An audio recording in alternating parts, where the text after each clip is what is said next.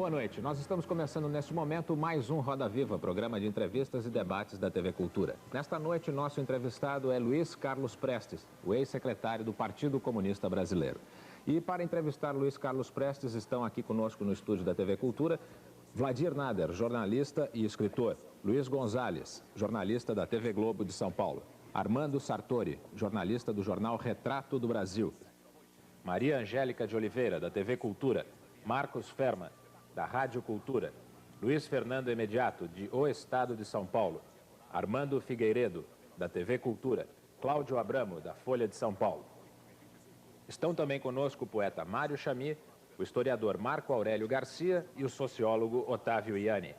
Eu gostaria de lembrar aos senhores que essas pessoas que ocupam o andar superior do nosso cenário são convidados do entrevistado, convidados dos entrevistadores e também convidados da produção do programa.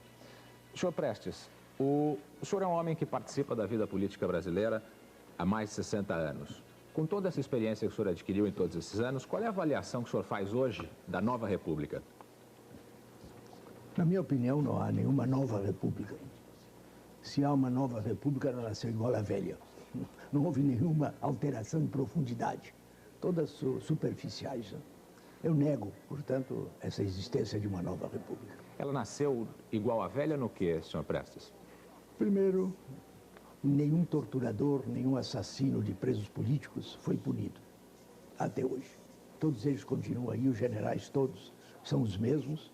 O DOI-CODE é a mesma organização que está intacta, não foi desmantelada, pronta para entrar em ação novamente. A legislação fascista, depois da posse do senhor Sarney, a imprensa dizia que seria revogada, passado um mês, 2 meses, o silêncio absoluto, e chegamos às eleições da Assembleia Constituinte com toda essa legislação fascista de perna. Lei de segurança, lei contra as greves, lei contra os estrangeiros, essa lei de estrangeiros, lei de imprensa, enfim, toda essa legislação acumulada nesses 21 anos de ditadura militar. Tudo de pé. Então não houve nenhuma alteração. O poder militar continua intervindo na política brasileira acima do Estado. Intervém no Estado. Qualquer democracia burguesa, as Forças Armadas são um instrumento do Estado. No Brasil, as Forças Armadas é que ditam ao Estado o que deve fazer. E continua a mesma coisa. De maneira que não houve nenhuma alteração profunda. Houve alteração, naturalmente, em elementos táticos. Hoje já podemos chamar os generais de torturadores e eles ficam calados, né? Porque, do ponto de vista tático, melhor para eles é calar, realmente. Eu gostaria que o senhor respondesse agora a pergunta do jornalista Armando Figueiredo, que está ali, por favor. Muito bem. Agora, o senhor não admite nenhuma melhoria ou nenhuma liberação, pelo menos em termos de movimentos reivindicatórios, uma organização, por exemplo, dos partidos, o Partido Comunista que o senhor liderou tantos anos, hoje está podendo falar, inclusive, no horário gratuito da televisão. O senhor não reconhece nem essas modificações? Reconheço. Reconheço isso porque quem mudou mais foi o próprio partido. O partido é que hoje não é mais comunista, compreende? De comunista só tem o nome. O que tem avançado no Brasil nesses últimos anos é a consciência dos trabalhadores.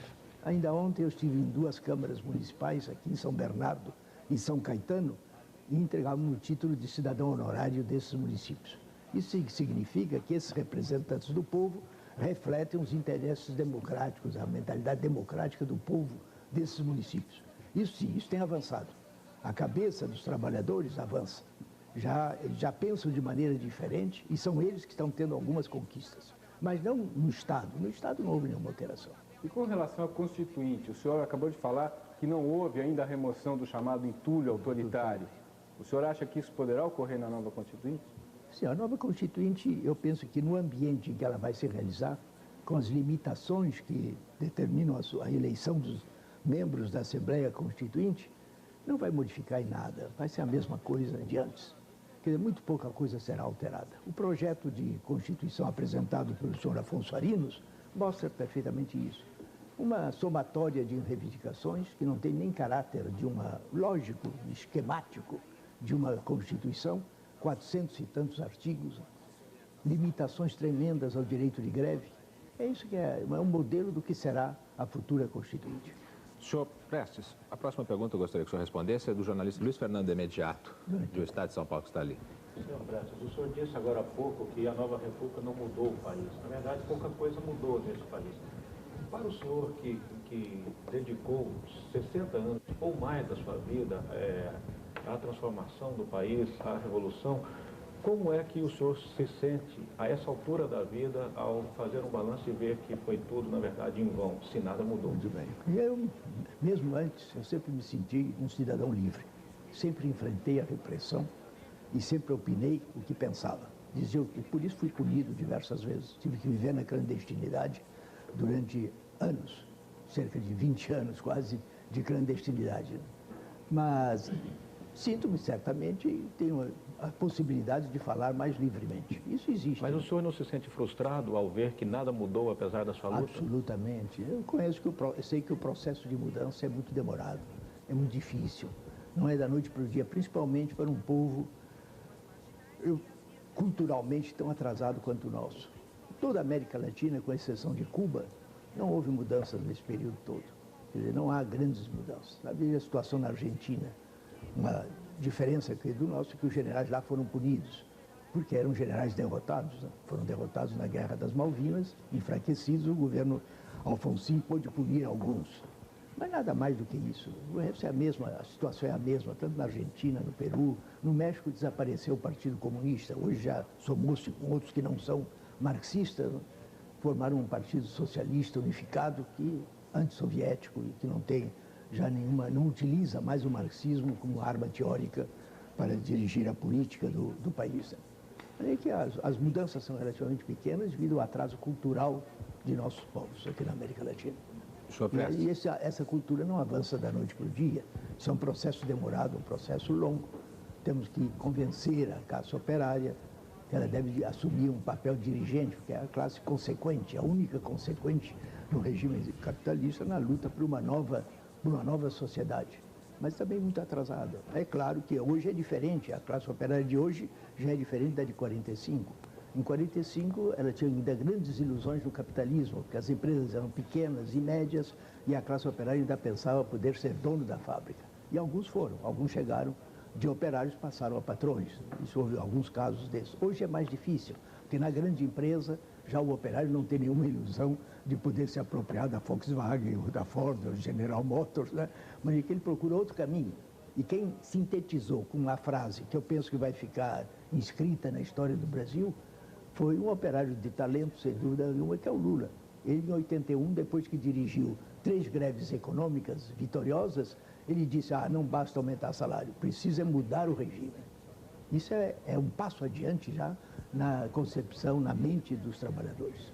Senhor Prestes, a próxima pergunta é do poeta Mário Chamie, por favor. Muito prazer. Senhor Prestes, considerando o que o senhor está acabando de dizer, eu gostaria de apresentar um pequeno quadro histórico, né, das constituições brasileiras e saber em seguida a sua opinião. O Brasil conta até hoje com 7 constituições, sem contar, evidentemente, a Carta de Tomé de Souza, de 1549. Há, portanto, uma média muito expressiva. A cada 23 anos, o Brasil tem uma Constituição. E a diferença de tempo entre uma e outra parece que tende a diminuir. A Constituição de 1824 durou cerca de 70 anos, até a de 1891. Depois nós temos o exemplo dessa diminuição de 34 para 37 e o caso mais extremo de 67 para 69. Se chega a uma diferença de 2 anos. Não sei se isso significaria que a dinâmica dos fatos pode superar os textos constitucionais ou se há uma fragilidade crônica das instituições. O senhor que foi constituinte em 1946 e às vésperas que estamos de uma nova Assembleia, como analisaria esse fenômeno? Que previsão, se isto é possível, diante desse processo histórico, o senhor teria em relação à próxima Constituição brasileira? O senhor sabe que nós vivemos num regime capitalista. Nós mesmos, comunistas, ainda em 45, ainda negávamos o capitalismo. Se o senhor observa os nossos documentos do nosso partido, do PSB, em 45, nós tomamos uma posição subjetiva, não concreta, não objetiva.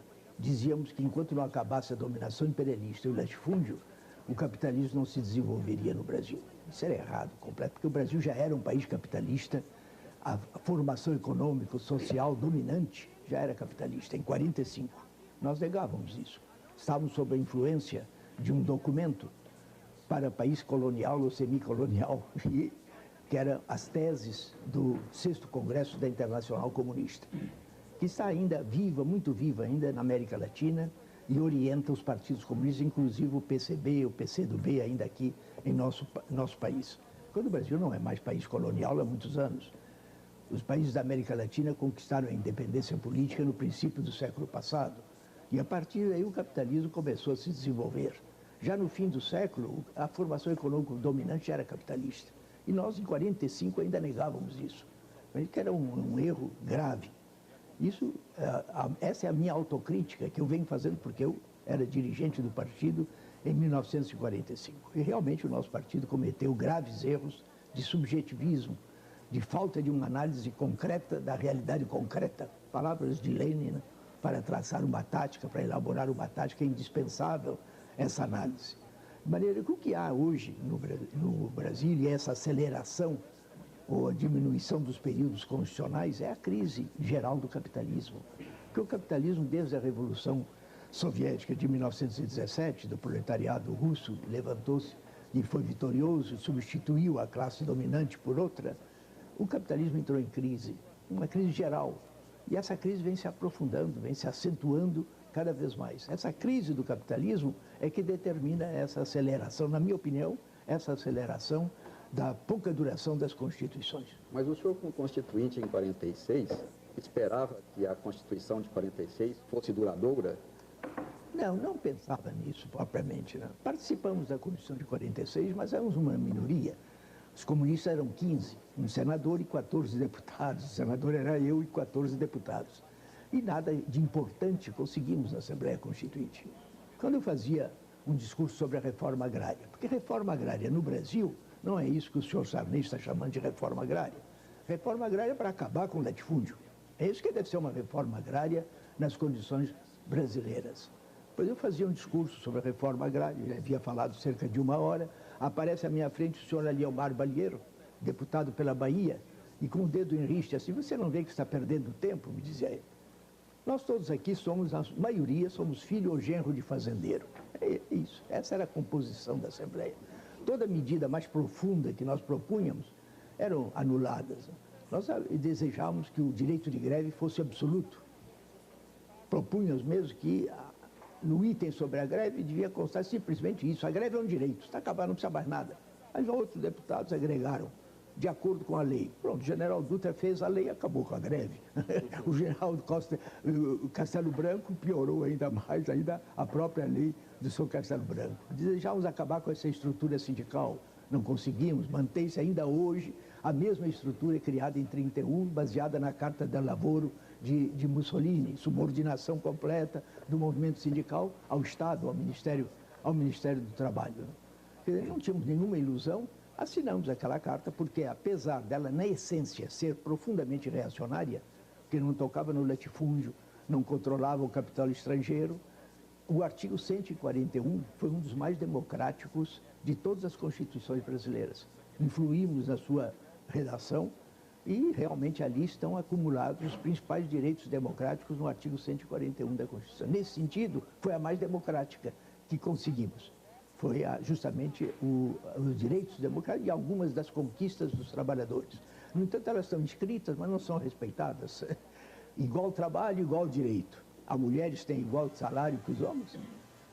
Trabalham mesmo, produzem às vezes mais do que o homem e o salário delas é a metade ou uma fração do salário do homem. Né?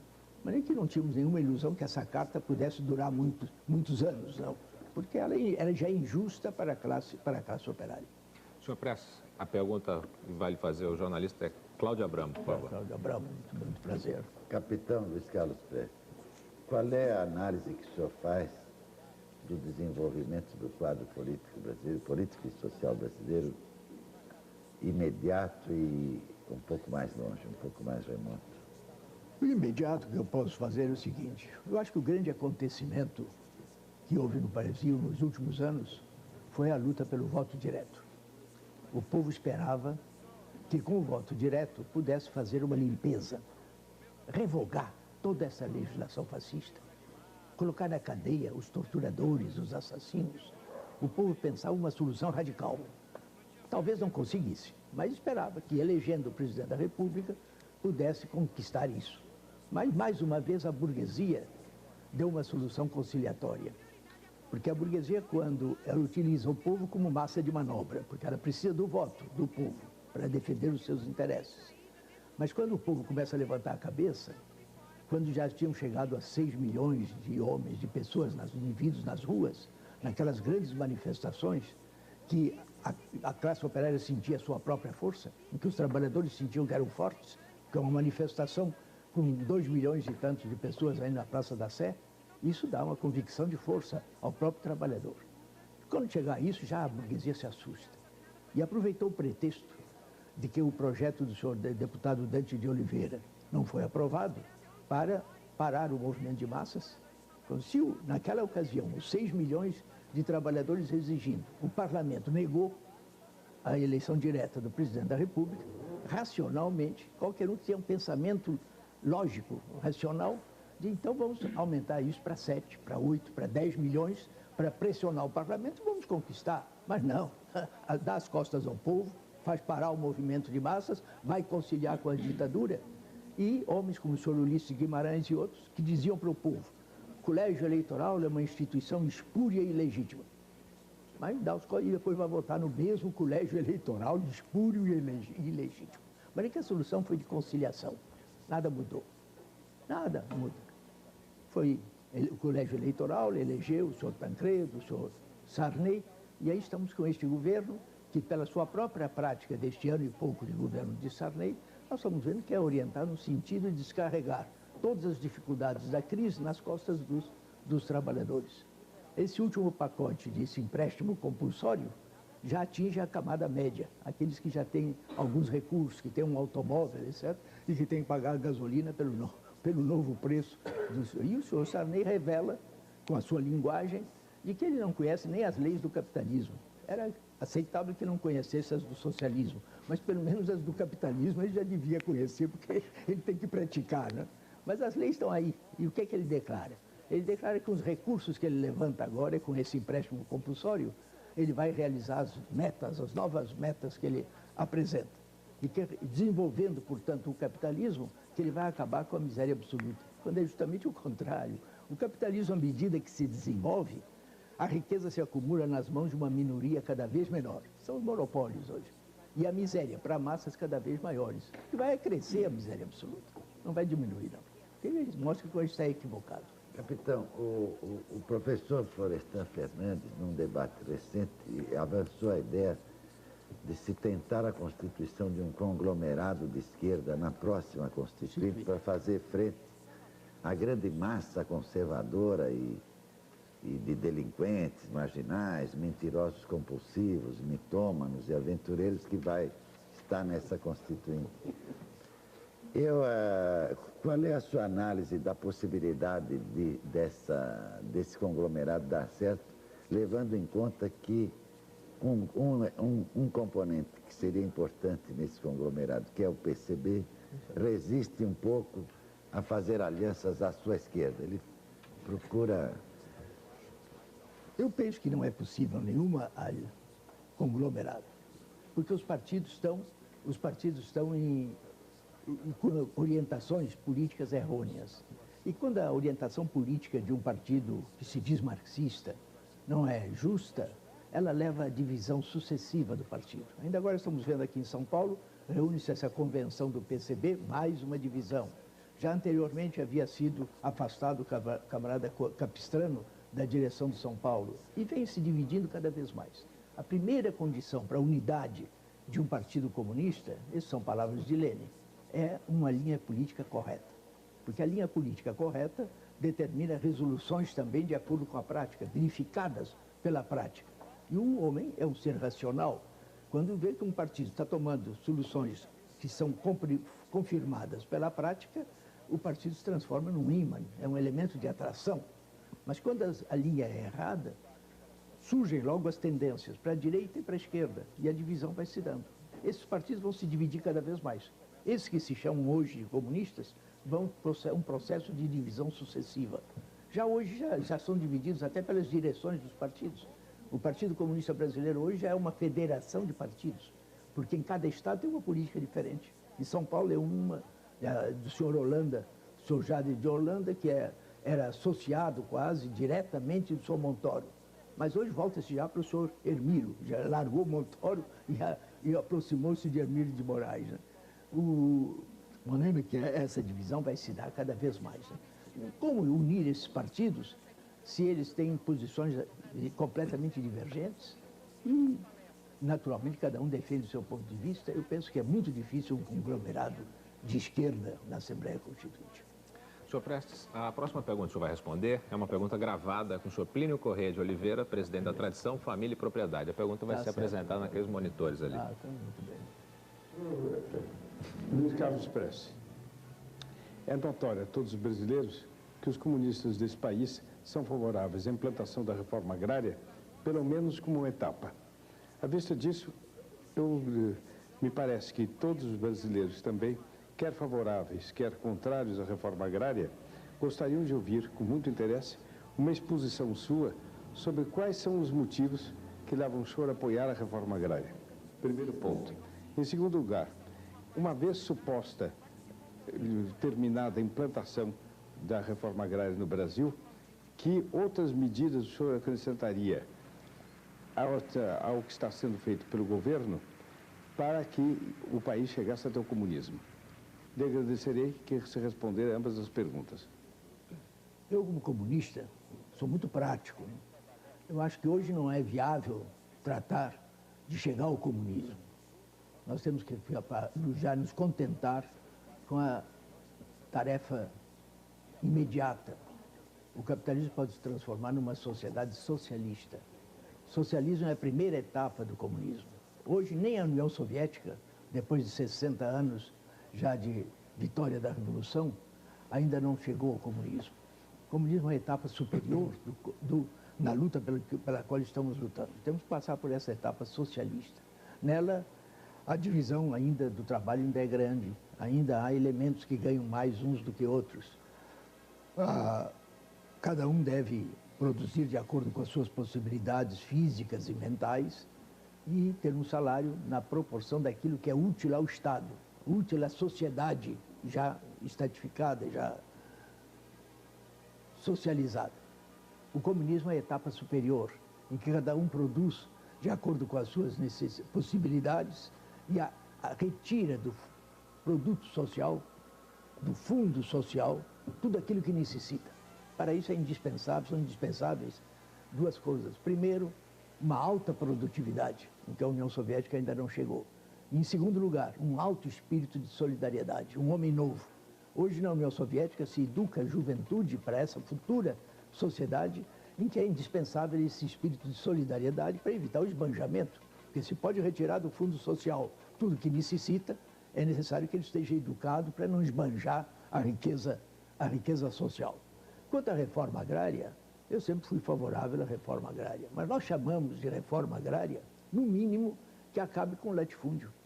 Esse monopólio da terra nas mãos de uma minoria. 80% da terra arável brasileira está nas mãos de uns milhares de fazendeiros, de grandes proprietários, enquanto que 80% do campesinado brasileiro não possui um palmo de terra. Isso é um contrassenso. Foi verificando isso na prática, com a marcha da coluna através do Brasil, em que eu via homens de cabelos brancos que me diziam, né, há muitos anos que eu não vejo uma nota de R$1.000, que não podiam comprar uma enxada.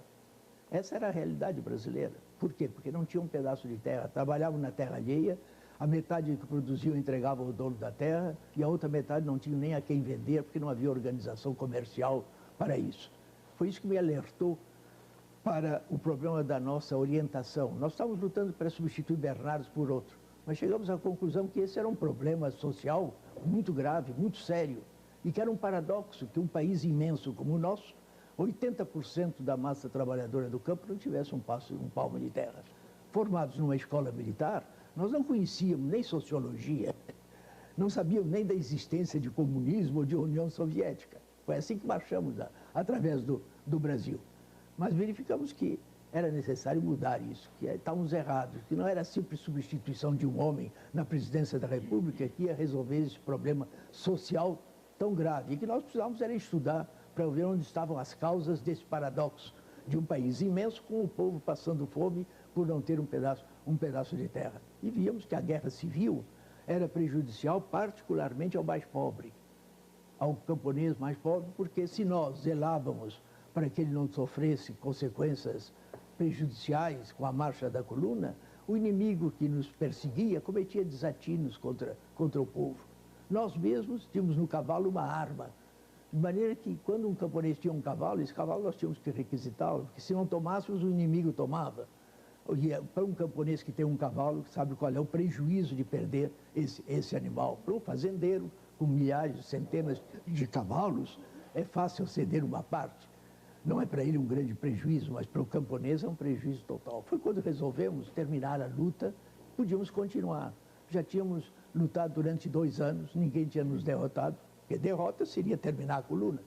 Tivemos algumas derrotas táticas, etc., mas não uma derrota esmagadora que continuávamos marchando. E podíamos continuar por outros 2 anos. Mas isso seria um contrassenso, seria não raciocinarmos que isso não ia resolver nada. Foi quando terminamos a marcha visando objetivamente, eu pessoalmente, pelo menos estudar, para examinar onde estavam as causas disso. E só encontrei uma explicação lógica para a minha mente no marxismo-leninismo. Por isso que aderi em seguida ao Partido Comunista. Foi a coluna que me abriu os olhos para procurar a ciência do proletariado, que é o marxismo-leninismo. É que a reforma agrária é uma necessidade no Brasil. É uma das causas fundamentais da própria inflação. O senhor Sarney fala em inflação zero. O senhor Funaro, pelo menos, isso é absurdo. No regime capitalista nunca haverá uma inflação zero. E quem disse isso são os banqueiros, que vão à televisão e dizem que não é viável a inflação zero. Então é para enganar o povo, é simplesmente para ludibriar o povo. Isso eu já tinha dito no dia 15 de março, 15 dias depois do decreto do pacote de 28 de fevereiro. Aquele documento era um documento político para ludibriar o povo. Ludibriar por quê? Quais são as causas estruturais da inflação? Não são apontadas. Ninguém fala delas, muito menos o senhor Figueiredo, o senhor Sarney. Quer dizer, as causas fundamentais da inflação dentro da estrutura econômica brasileira estão no lucro dos monopólios, que não são controlados. Cada um tem o lucro que bem entende. Não há nenhum controle para o lucro da Volkswagen e das outras. A segunda é essa sangria que sofre o nosso país com a remessa de dólares para o estrangeiro. Não só os lucros, mas também de muito brasileiro que se diz patriota, mas manda o dinheiro que possui para os bancos da Suíça, dos Estados Unidos, etc. E a terceira é o latifúndio, porque quem produz alimentos no Brasil não é o latifundiário, é o pequeno camponês, é o trabalhador que planta o feijão, que planta o milho. Esse é que produz alimentos. E no Brasil, todos os anos há déficit de alimentos. Quantos anos levamos comprando feijão no México ou no Chile? Agora é a carne, foi o leite. Quer dizer, sempre há um déficit da produção para a alimentação. Quer dizer, a procura de alimentos é maior do que a oferta. Só isso já é um fator inflacionário. Isso continua. De maneira, companheiros, que os problemas são esses. A reforma agrária é indispensável para acabar com o latifúndio. E, conquistada acabando o latifúndio, a terra pode ser entregue ao camponês. E, posteriormente, com a criação da sociedade socialista, pode-se lutar para a coletivização desse pequeno proprietário, que ele se una em coletivos, em cooperativas, ou pela forma soviética, ou pela forma cubana, né?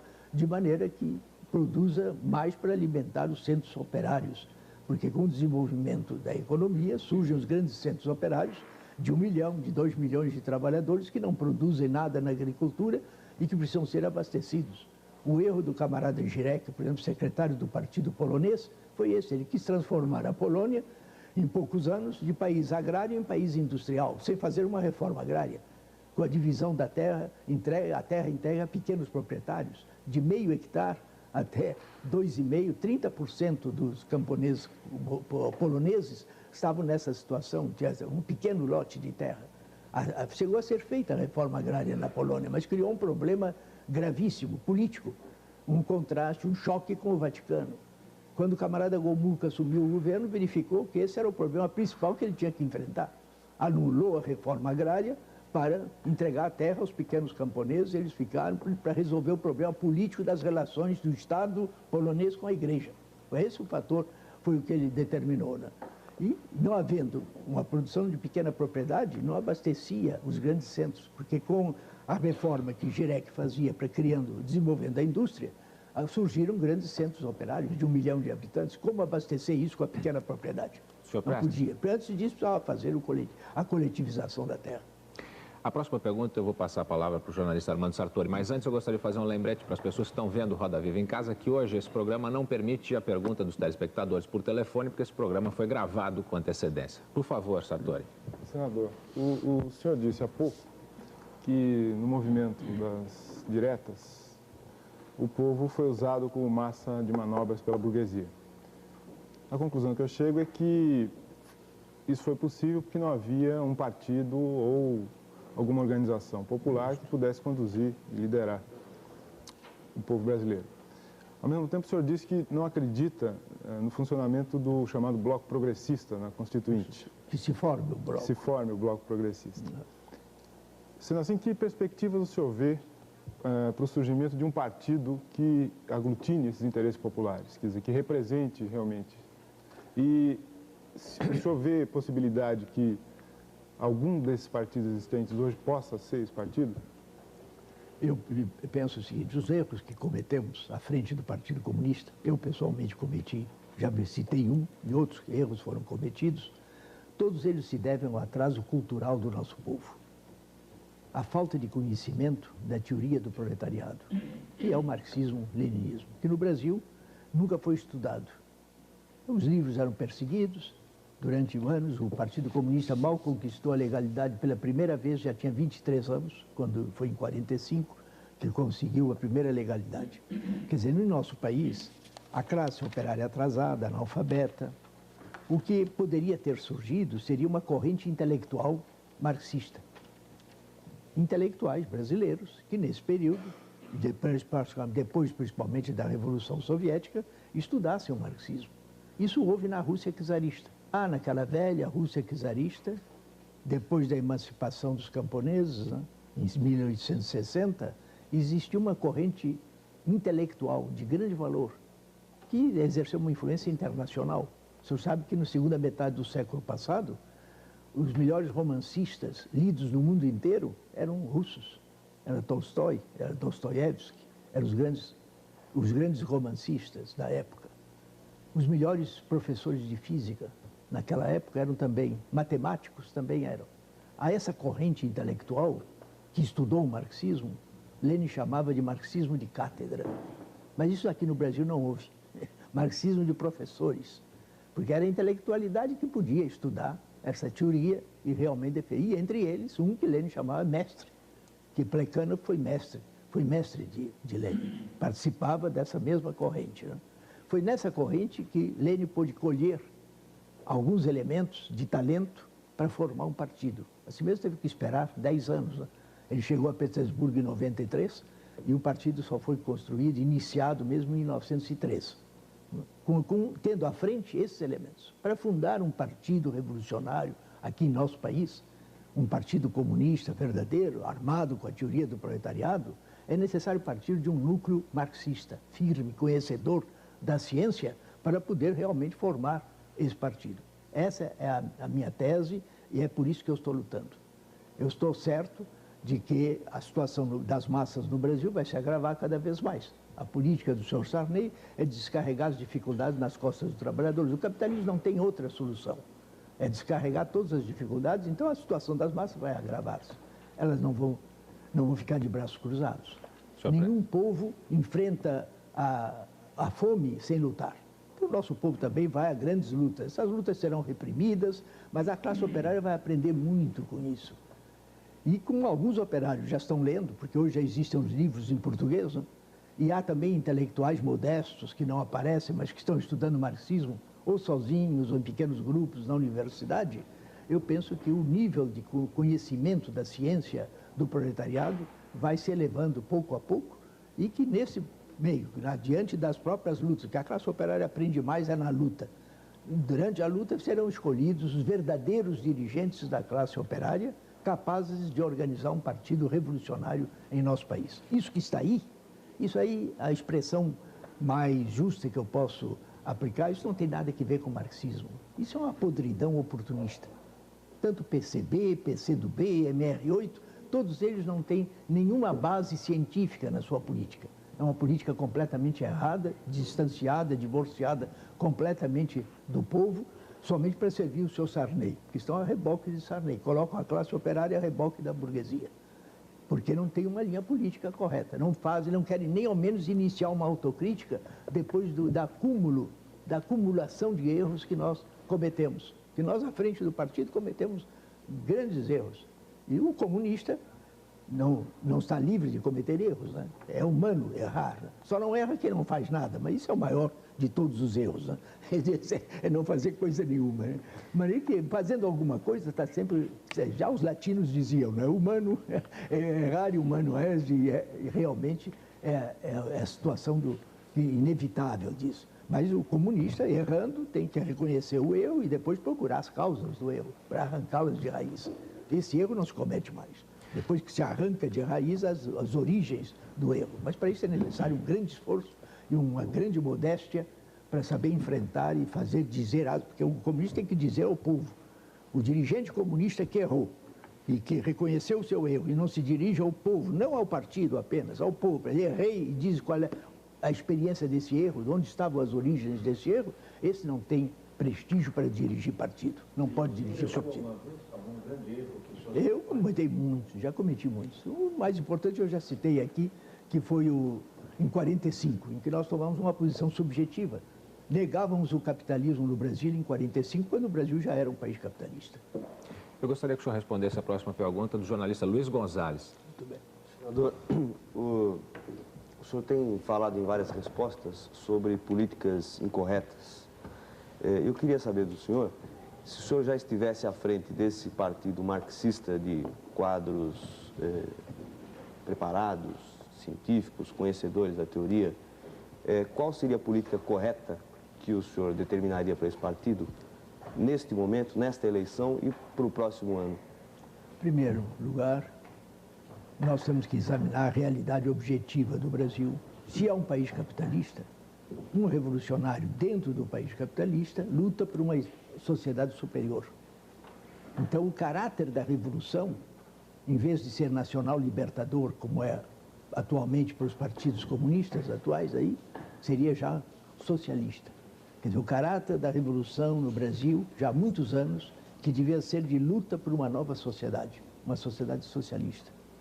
O operário de talento, que é o Lula, sem dúvida alguma, já declarou isso. Eu já citei aqui. Já disse que nas condições brasileiras não basta aumentar salário, precisa mudar o regime. Quer dizer, conquistar um outro regime, que é o regime superior. Depois do capitalismo, o capitalismo leva inexoravelmente ao socialismo. Então, lutar pelo socialismo. Agora, lutando pelo socialismo, nós temos que participar da vida política da nação e temos que participar, portanto, dessa vida dentro ainda do capitalismo, enquanto não é possível fazer a revolução. Porque a revolução não se faz quando quer. No Brasil, por exemplo, é indispensável para que a revolução possa ser vitoriosa, possamos pensar em fazer uma revolução, uma mudança de classes no poder, porque a revolução é isso, é mudar uma classe por outra, no poder político. É indispensável, em primeiro lugar, democracia para o povo, para as massas. Isso nós não temos no Brasil hoje ainda. Não, a democracia hoje no Brasil é para uma elite. Isso aqui no litoral, né? Porque lá no interior é a matança. O fazendeiro considera que é dono de tudo, que vive na sua terra, direito de vida ou morte sobre o trabalhador. Mas aqui no litoral mesmo, o operário, o trabalhador, a pessoa pobre, consegue fazer da seu lar inviolável? Não, a polícia entra na casa de qualquer trabalhador sem dar satisfações, sem nenhum mandato judiciário. Então não há democracia para o povo, há uma democracia para uma elite. A elite intelectual, etc., e rica é que tem, é que gosta de democracia. E sem democracia não pode haver revolução. Muitas pessoas se equivocam quando falam sobre a Revolução Soviética de 1917, pensando que ela se deu num regime de extrema reação. Ao contrário, naquele momento, o ano de 1917, a Rússia czarista, que só terminou mais tarde, né, era o país mais democrático da Europa. Havia se afastado da guerra, não estava mais em guerra, e fez a Revolução Burguesa, botou o czarismo abaixo, proclamou a República, e era o país mais democrático. Os bolcheviques falavam nos quartéis. Imagine chegarmos aqui a uma época em que eu posso entrar nos quartéis e falar aos soldados. Agora, isso ainda não há possibilidade. Do ponto de vista prático, o que o senhor defenderia na Assembleia Constituinte do ano que vem, para que essa democracia seja estendida? Nessa Constituinte não tinha nenhuma ilusão, porque quantos comunistas poderão estar dentro dessa Assembleia Constituinte? Seremos uma minoria, será uma minoria. Homens que tenham mesmo a consciência revolucionária serão muito poucos. Eu já tive uma situação semelhante, e nós éramos 15. Na Assembleia de 46, nós éramos 15 comunistas, mas é uma minoria dentro dos 300 e tantos membros da Assembleia Constituinte. Ainda assim, senador, tudo aquilo que nós propunhamos era impedido pela maioria. Mas quais seriam as posições, ainda que derrotadas? As posições seria lutar por uma Constituinte democrática, pelo menos. Assegurar algumas questões fundamentais. Primeiro, o direito de greve, absoluto. Não isso que está nesse projeto do senhor Afonso Arinos, com uma infinidade de limitações. Ou então o projeto do senhor Pacciolotto, que ele apresentou agora ao Congresso, em que ele cria novas categorias que são do interesse social, não pode mais fazer greve. Nem bancários, nem ferroviários, nem médicos, não pode, de acordo com as ideias do senhor Pacciolotto. Quer dizer, subordinação do movimento sindical ao Ministério do Trabalho. Essa que é a realidade. Isso não é movimento sindical. O senhor aumentaria o poder do Estado ou diminuiria o poder do Estado na próxima Constituição? Não, isso não é muito relativo. Aumentar ou diminuir o poder do Estado. O essencial é que houvesse democracia para a massa, para o povo. Fosse realmente democrático. Que nenhuma polícia pudesse penetrar no lar operário sem um mandato judiciário. Que é o que acontece hoje. Eles entram nas casas, isso a gente vê na televisão, né? Quando houve aquela greve dos boia fria ali em Guariba, ali perto de Ribeirão Preto, a televisão mostrava como os policiais do senhor Montoro arrancavam o operário de dentro de casa para surrá-lo a chicote. Não era nem a cacete, era a chicote do lado de fora. Isso não é democracia. E essa democracia que precisávamos, pelo menos, legislar sobre ela para que a Constituição assegurasse essa liberdade. Isso que era o fundamental. Senhor Prestes, a próxima pergunta vai ser feita por Marco Aurélio Garcia, historiador. Muito bem. Senador Prestes, ouvindo as suas considerações, senador Prestes, ouvindo as suas considerações sobre a situação atual do Partido Comunista, ou dos partidos comunistas no Brasil, eu me lembro um pouco de uma frase que um dissidente tcheco, logo depois da invasão, pronunciou diante de um amigo meu que visitava a Tchecoslováquia nesse momento, que dizia: meu amigo, esse é um país estranho, que é um país onde os comunistas não têm partido e o partido não tem comunistas. Por outro lado, quando eu escutava o senhor falando sobre o que seria um projeto de reconstrução de um partido revolucionário no Brasil, eu vi invocar, de uma maneira geral, as clássicas referências ao modelo de partido leninista, onde há um peso muito grande dado ao papel da intelectualidade, de vez que a sociedade vive, segundo as suas palavras, um atraso cultural muito grande e que dificilmente os trabalhadores, a partir de um processo espontâneo, podem chegar a uma consciência revolucionária. 60 anos depois de várias experiências socialistas desse tipo, eu acho que eu pelo menos me permitiria ser um pouco mais temeroso, um pouco mais inquieto quanto a esse tipo de afirmações, e eu gostaria de lhe propor uma reflexão em torno da seguinte questão. Esse modelo de partido centrado fundamentalmente num grupo de intelectuais, ainda que evidentemente em contato com o movimento trabalhador e procurando interagir sobre esse movimento trabalhador, não é um modelo que cria riscos muito grandes de uma vanguarda iluminista que tende, inclusive, a se autorreferir excessivamente e, com isso, em realidade, suprimir os valores democráticos que transcendem, de alguma maneira, seja as sociedades capitalistas ou socialistas, porque eu acho que há alguns do do tipo pluralidade de partidos, liberdade de imprensa, alternância, etc., etc., me parece que são valores que, de uma certa maneira, não podem ser reivindicados como valores de democracia burguesa, mas sim são valores democráticos. Bem, eu penso que o seu raciocínio tem algo de lógico, mas é muito parado. Porque eu me referi à formação de um partido. Para iniciar um partido, temos que partir de um grupo de pessoas, pelo menos conheçam o marxismo e que sejam firmes na defesa dos seus princípios. Mas, em seguida, formado um partido, ele vai se ligar às grandes massas. Um partido não pode viver sem estar ligado às massas, sem educar os trabalhadores e sem conquistar trabalhadores para a direção do partido. Esse que é o processo de crescimento de um partido comunista. Não vai ficar cifrado, reduzido a esse pequeno grupo inicial. Esse pequeno grupo vem se substituindo justamente por homens que vêm de baixo, educados pelo próprio partido, conhecedores do marxismo, que chegam à direção do partido.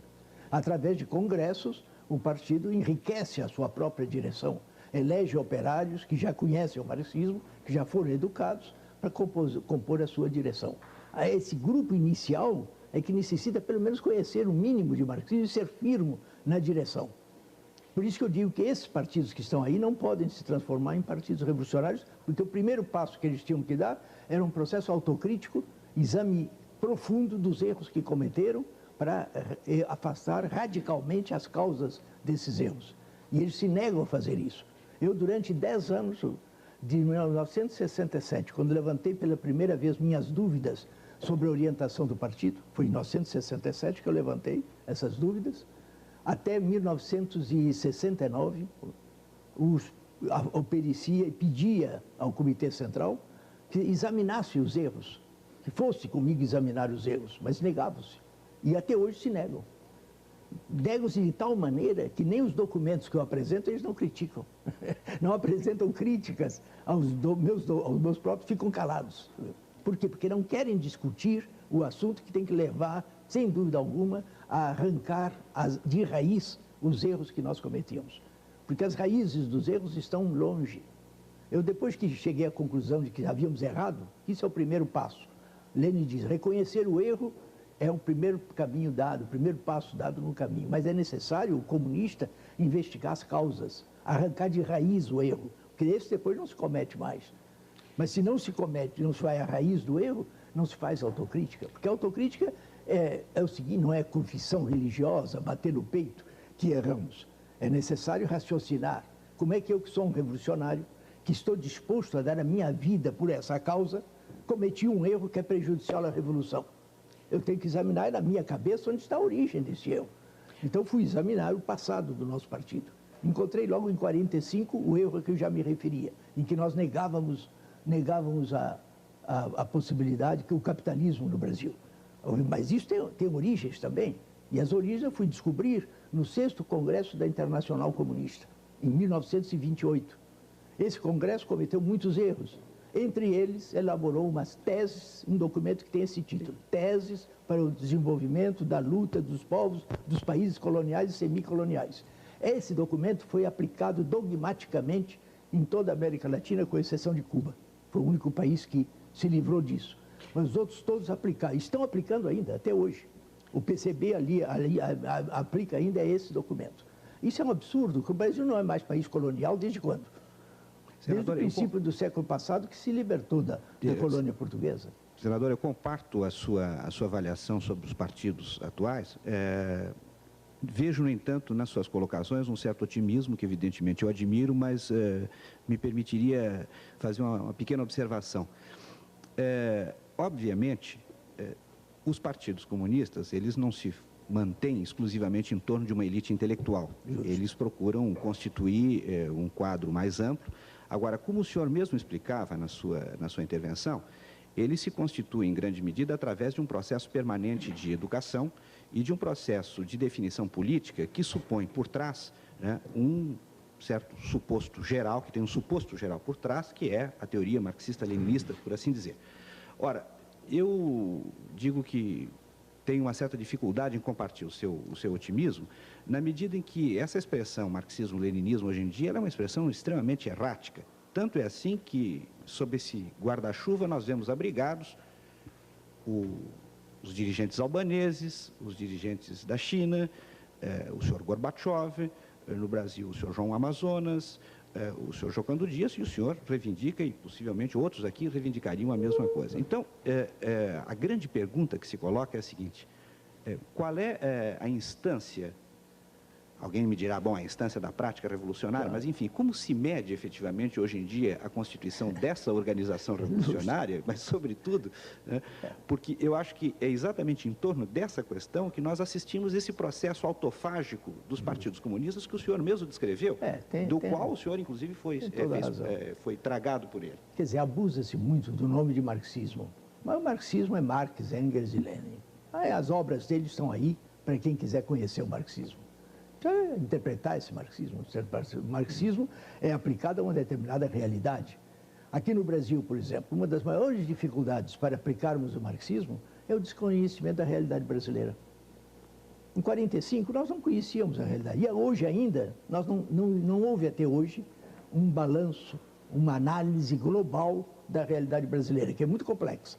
Cada estado é um caso diferente, cada município, às vezes, é um caso diferente. O que nós precisamos é uma análise global dessa realidade à luz do marxismo-leninismo. Isso até hoje não foi feito. Mesmo porque as estatísticas no Brasil são muito precárias, né? O senhor viu ainda agora, o senhor Funaro, o senhor Sarney, quiseram determinar qual era o índice de inflação no Brasil. Surgiram logo 3 números, né? O do Banco do Brasil, o do IBGE, e lá o do Ministério da Fazenda, etc. Por quê? Porque não há estatísticas. Isso existia na Rússia czarista. Na Rússia czarista, com todo a pressão do regime político reacionário, existia realmente uma estatística de tal natureza que Lenin pôde, na base daquela estatística, elaborar um dos seus trabalhos mais importantes para a aplicação do marxismo na Rússia, que foi aquele livro dele, que com 23 anos, 24 anos, redigiu sobre o desenvolvimento do capitalismo na Rússia. Isso nós temos no Brasil? Não temos. Há elementos aí, como Florestan Fernandes, como o próprio senhor Celso Furtado como economista, que contribuíram, que trazem elementos para isso. Mas não há ainda uma análise concreta da realidade brasileira. E como o marxismo não é dogma, não tem modelos, o marxismo precisa ser aplicado, é um método de ação aplicado a uma determinada realidade. Se desconhecemos essa realidade, cometemos erros na aplicação do marxismo. Inevitáveis, precisamos realmente estudar e avançar no sentido do conhecimento dessa realidade. Senhor Prestes, a próxima pergunta é do jornalista Marcos Ferma, da Rádio Cultura. Uma pergunta prosaica, a primeira pergunta. O que o senhor tem na lapela? Eu queria que mostrasse aqui. Esse aqui é um emblema da candidatura do sociólogo o Florestan Fernandes. Então, um esclarecimento, porque eu estava inquieto, eu via brilhar aí isso aqui. Esse distintivo luminoso, né? E por que o Florestan? Não, o Florestan é um homem que, talvez um dos que mais se aproxima de uma solução marxista para o estudo dos problemas brasileiros. Como sociólogo, ele tem se realmente destacado pelos seus trabalhos. Trabalhos sobre a própria Revolução Burguesa no Brasil é um trabalho importante, e outros trabalhos dele. Aí, isso não significa ainda que já sejam realmente marxistas, etc. E um homem sozinho não pode fazer essa elaboração do que é realmente a realidade brasileira. Senador, o senhor foi, quando jovem, né, o autor de uma grande proeza militar. Eu sei de generais, marechais, que aqueles que não participaram da coluna, que até hoje me parece que se mordem de ciúmes, né, pelas suas proezas quando jovem, né, na coluna Prestes. O senhor naquele tempo não era marxista, tinha o espírito da aventura, né, e fez aquela longa marcha. O senhor, se fosse marxista naquele tempo, teria feito tamanha proeza, que é um dos maiores feitos épicos da história desse país? Eu penso que não pode se escrever a história com hipóteses. Não é verdade? As hipóteses, a história tem que ser realista, tem que partir da realidade. Aquilo foi um fato concreto, nós fomos levados àquilo. Não tínhamos nenhuma ideia de fazer aquela marcha. Mas nós tínhamos que nos defender. Tomamos armas lá no Rio Grande do Sul, formamos um pequeno grupo lá de 1.500 homens que não podíamos nem armar, porque os quartéis do Rio Grande estavam desarmados. Dos 1.500 só podia dar armas longas somente a 700. Os outros estavam de revólver e pistola na mão. A questão de munição era precaríssima, a situação de munição. Mas nós nos levantamos, mantivemos a luta, saímos do sítio ali de São Luís depois de 2 meses, conseguimos nos unir aos companheiros de São Paulo no Paraná, e como não podíamos ficar também ali enterrados, atravessamos o Rio Paraná, entramos no Paraguai e fomos a Mato Grosso. E iniciamos a marcha. Foram as condições, as circunstâncias que nos levaram a ela. Então, ela foi muito de aventura da juventude, né? Foi uma aventura de jovens, sem dúvida alguma. Loucuras da juventude. Isso é muito comum. O que você acha hoje dessa loucura? Essas loucuras, às vezes, dão certo, outras vezes não dão. E o que a loucura do Fidel deu certo também, não foi? E era loucura também, um punhado de homens da Serra Maestra. Ninguém podia acreditar que aquilo pudesse levar à Revolução Cubana. Ele levou a Revolução Cubana. Como é que você vê hoje, assim, esse episódio todo, digo, a própria coisa assim, os cavalos, eu a acho ação que foi e tudo mais. a Marcha da Coluna, se quisermos analisar, mas durante 50 anos pesou silêncio absoluto. Em nenhuma universidade se falava, não houve uma investigação profunda sobre a coluna. Durante 50 anos, desde o meu manifesto de 1930, que já era considerado comunista, não era ainda comunista, mas foi que eu rompi com os tenentes e com a candidatura a Vargas, né? Durante 50 anos, silêncio absoluto. Nas universidades não podia nem se falar, os livros não diziam coisa alguma sobre a coluna. Agora, depois de 80, é que pouco a pouco vem se desenvolvendo. Hoje nas universidades já se elaboram teses, há investigação, a procura objetiva do que foi a coluna. A coluna traz algumas lições, porque foi um acontecimento que é realmente interessante, né? Foram 25 mil quilômetros, percorremos 3 estados do Brasil, enfrentando tropas 10, 20 vezes superiores às nossas. E isso revelou, pelo menos, uma questão surgiu, que é o povo brasileiro, quando confia na liderança, é capaz da maior abnegação. Dar a vida por aquilo, mas que eles confiavam na liderança na coluna. Era isso. Quando chegamos no sul de Mato Grosso, já no início da marcha, podemos dizer, no começo ainda, tínhamos atravessado 3 estados, Rio Grande, Santa Catarina e Paraná. Entrávamos em Mato Grosso, os operários, os trabalhadores da coluna, os soldados, já se orgulhavam de participar da coluna. Já tinham um amor à unidade em que eles participavam. Alguns diziam, já com essa vanglória, eu vou dar de beber ao meu cavalo já no Amazonas. Já pensavam chegar não chegamos lá, chegamos até o Tocantins, né? Mas não chegamos, mas já na bacia amazônica, né? Mas é que isso foi que surgiu, essa confiança na liderança. O povo brasileiro, o que há é falta de líderes. Nesses 21 anos não se formou um líder, formou um líder sindical, que é o Lula. Mas os líderes políticos são os mesmos de antes de 64. É Ulisses Guimarães, é Montoro, é Brizola, são todos... Qual é um líder político novo aí no Brasil que tenha surgido depois desses 21 anos? Não temos ainda. Porque não havendo democracia, não havendo debate, não havendo luta política, não podem surgir Mas parece líderes. que o senhor simpatiza bastante com o Brizola, né? Não é que eu simpatize com o Brizola. Circunstâncias políticas me levam a apoiar a candidatura Brizola, já desde 82. Perguntam-me muitas vezes por que apoiou o Brizola em 82. Não foi pelos belos olhos de Brizola. Eu não faço política baseado nas características do indivíduo. Eu vou cumprir a tarefa de um comunista. Uma análise concreta da realidade concreta. Naquela época eu analisei e cheguei pelo menos a 2 conclusões. Primeiro, que o povo brasileiro nas eleições de 82 ia votar contra a ditadura, na sua maioria. E foi isso. Vocês sabem que o resultado da eleição, os partidos de oposição tiveram mais de 10 milhões de votos do que o PDS, que era o partido do governo. Então a maioria da população votou realmente contra a ditadura. E que o partido que tinha melhores condições para derrotar a ditadura em âmbito nacional era o PMDB, que era o partido de oposição, e que já tinha derrotado a ditadura em 74 e 78. Em 74, ainda como MDB, de 22 candidatos a senador, elegeu 16. De tal maneira que o senhor Geisel percebeu que perderia a maioria no Senado.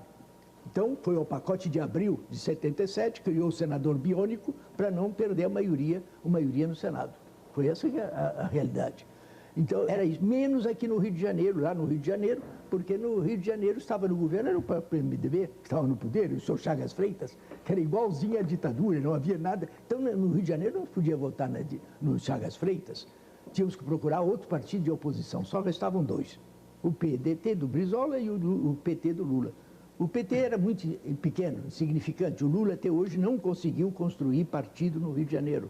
devido ao sentido reacionário da intersindical do Rio de Janeiro, que é profundamente reacionária. E ele, para construir partido, ele parte, em geral, do movimento sindical.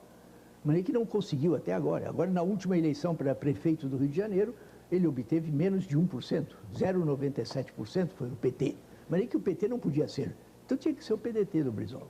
Isso foi, veja que não foi pelos belos olhos, foi um raciocínio lógico, baseado na realidade objetiva. Senhor Prestes, eu gostaria de pedir a sua licença de todos nós que estamos participando da entrevista para chamar um intervalo e a gente volta daqui a pouquinho, continuando com a entrevista. Até já. Até já.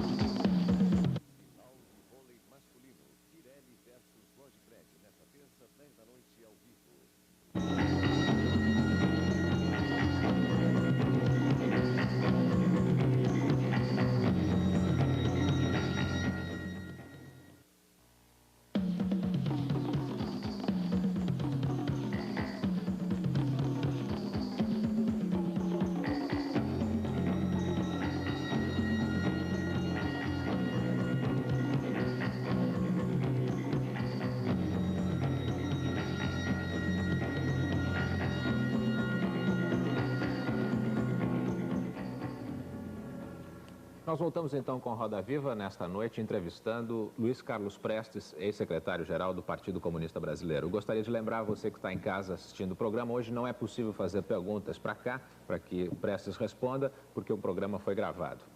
Eu gostaria de perguntar ao senhor Prestes, como é que o senhor tomou contato pela primeira vez com a literatura marxista? O senhor disse que não era marxista, não era comunista, quando liderou a coluna. O senhor sentiu uma necessidade de explicar aquilo que o senhor conheceu no Brasil, a pobreza toda, quando o senhor fez a Marcha da Coluna.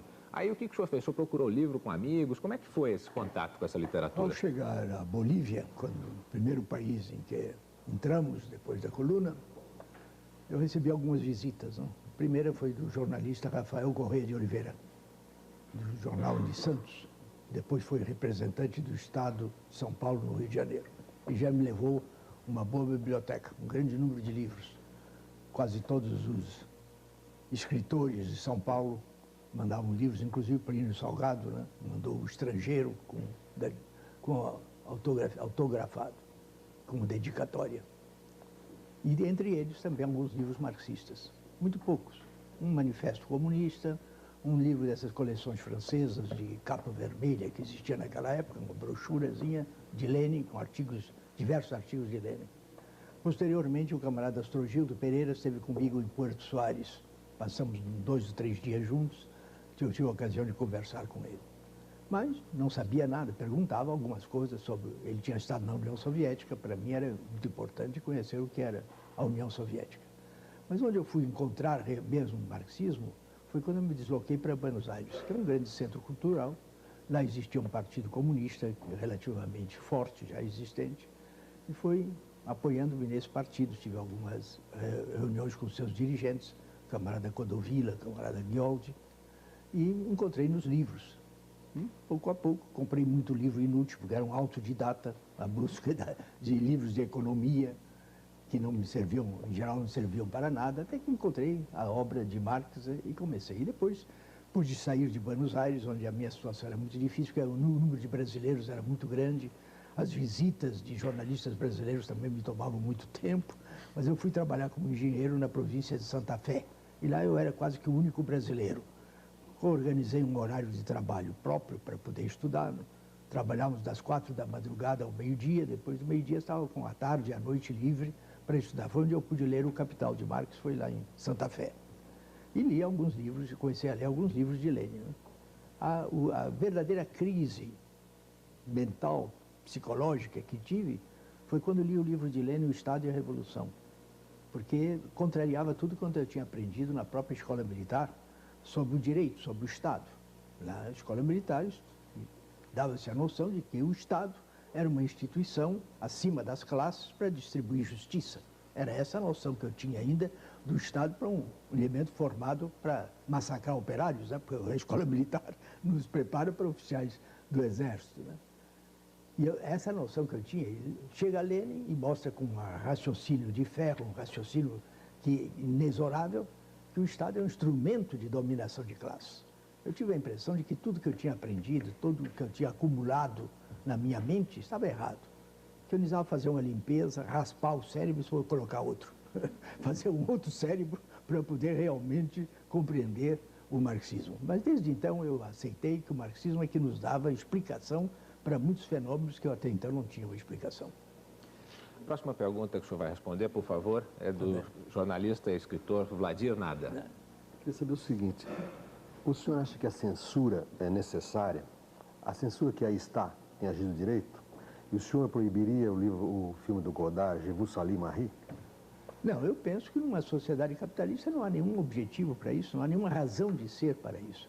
Quer dizer, o governo devia dar, não havia necessidade nenhuma censura, principalmente na obra literária, artística, né? Não deve ser censurado, deve se dar inteira liberdade para que as manifestações artísticas se manifestem de todas as maneiras. Né? Agora, numa sociedade socialista, comunista? Uma sociedade comunista, às vezes, é necessário, né? Porque, principalmente na União Soviética, porque na União Soviética trava-se hoje a pior luta ideológica, a mais séria. O inimigo está sempre tentando ganhar as massas para as suas posições da ideologia oposta à ideologia dos trabalhadores, a ideologia da classe operária. Né? Os dissidentes? E é isso que continua, isso existe e continua. Né? Então o governo precisa tomar algumas medidas de censura ou de realmente para não permitir que a classe operária seja ganha por isso. Essa é que é a necessidade. Naturalmente, isso vai pouco a pouco vai sendo eliminado. E eu penso que o secretário atual mesmo está com essa visão de acabar com muita coisa que era já anacrônico e que não havia mais razão de ser, porque a sociedade soviética é constituída de homens e eles erram também como qualquer outro.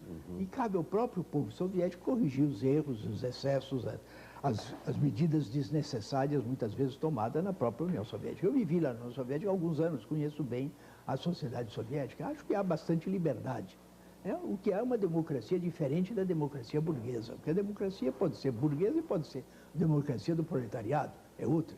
E além disso é necessário defender o Estado. Que uma classe nova chega ao poder, ela não está preparada, não tem elementos já conhecidos como defensores realmente da nova ordem política. Então algumas medidas são necessárias tomar para poder assegurar a estabilidade desse novo Estado. Agora, na sociedade comunista, o senhor aceita a arte não engajada? O quê? A arte não engajada politicamente? Eu acho que deve haver liberdade artística, liberdade de composição artística para que todas as tendências artísticas se manifestem. Essa é a minha opinião pessoal. Né? É claro que pode haver restrições, mas serão de caráter político, por uma necessidade, para manter e para conservar o poder na mão de uma classe nova que chegou ao poder. Esse é o processo. O senhor veja no Afeganistão agora, foi proclamada a República, a Revolução Democrática foi vitoriosa em 78, né, em abril de 78.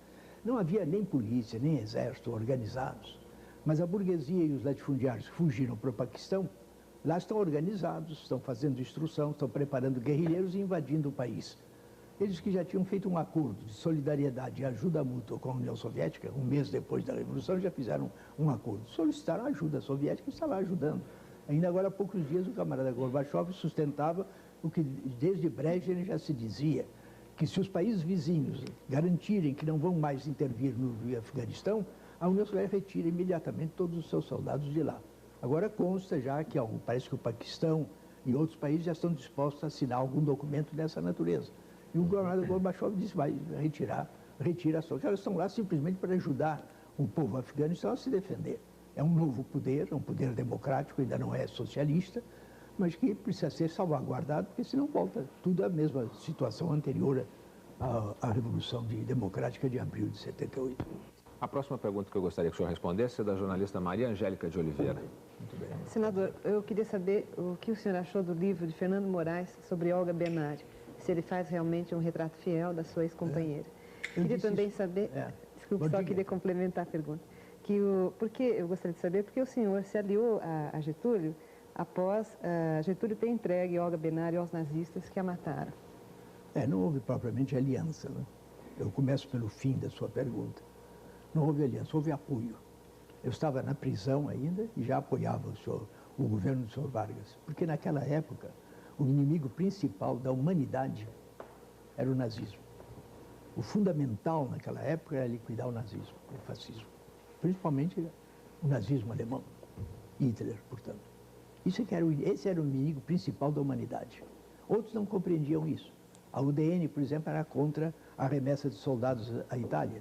Dizia, primeiro temos que acabar com o fascismo no Brasil para depois, então, mandar soldados para combater o nazismo na Europa. Era uma inversão da situação, porque a derrota do Hitler teria consequências no Brasil. E, de fato, Getúlio, a 29 de outubro, caía, né? Do mesmo ano de 45.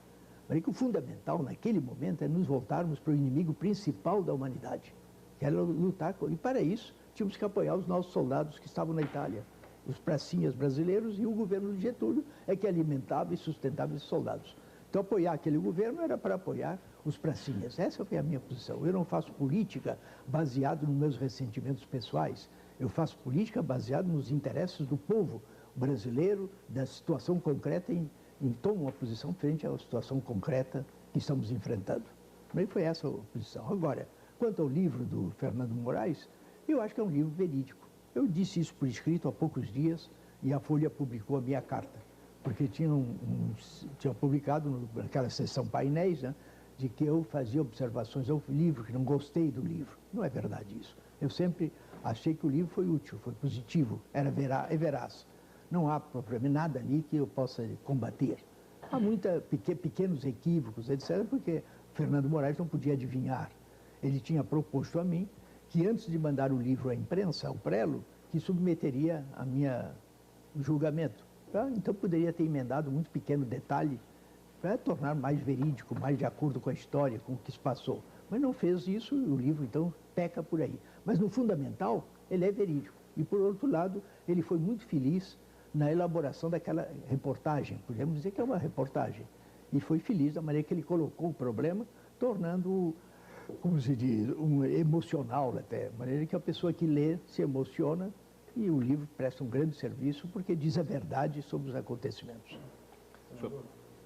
Por favor. O livro traz alguma revelação, senhor?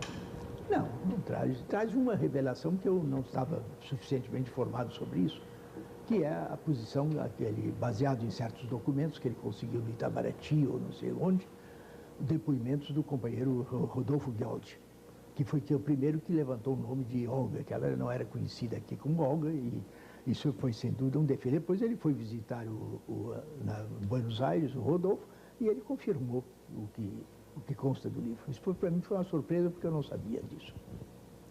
Senador, a próxima pergunta, por favor, é do sociólogo Otávio Ianni.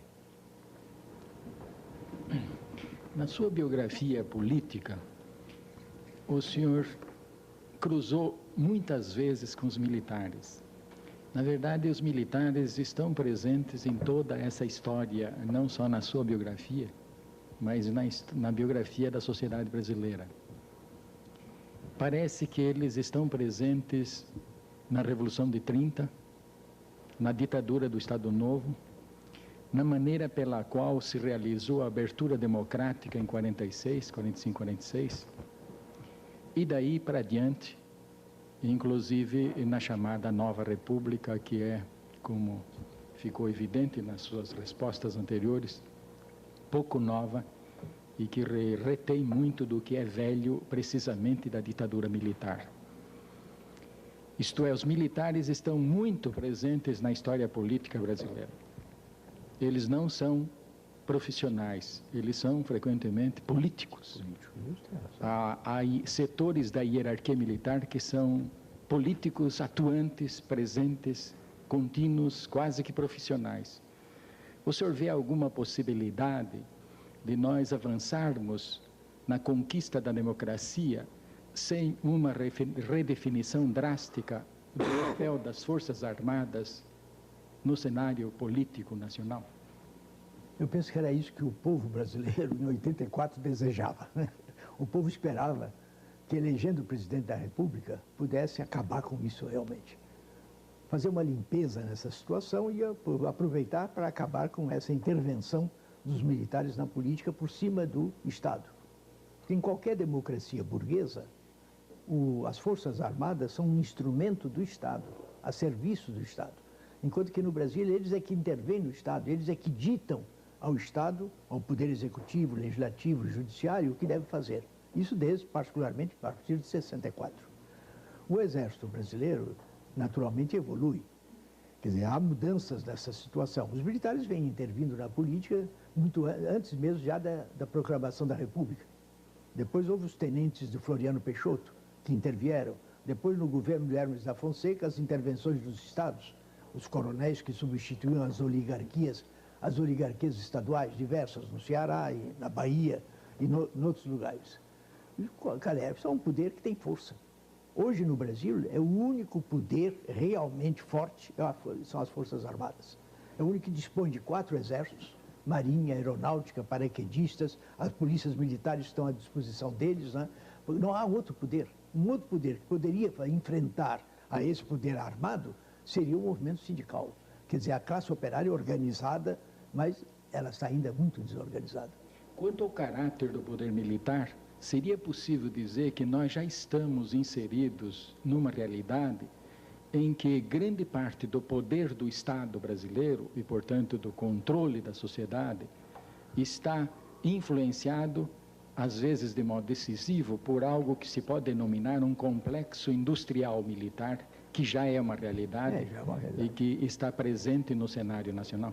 Justo, isso existe. Já existe esse complexo, mas quem domina são os militares. Porque os militares aí continuam dominando. Eles intervêm diretamente na vida do Estado. O próprio general Pires, Walter Pires, numa entrevista que ele deu em 81, publicada na Folha de São Paulo, dia 21 de agosto de 81, ele afirmava categoricamente que a tarefa dos militares é essa, acima do Estado. Palavras dele, dizia ele, as Forças Armadas têm como tarefa, são palavras do general, nessa entrevista publicada na Folha, assegurar aos poderes do Estado, então eles se colocam acima dos poderes do Estado, quando é uma inversão da democracia. Em qualquer democracia burguesa, as Forças Armadas são um instrumento do Estado. Eles é que iam assegurar ao Estado, aos poderes estatais, a ordem e a tranquilidade para que se desenvolvesse a economia e a democracia. São palavras dele publicadas na Folha. Isso é um erro, é uma inversão dos acontecimentos. São os militares colocados acima de tudo, eles é que dominam, eles é que governam. Um complemento só desta questão.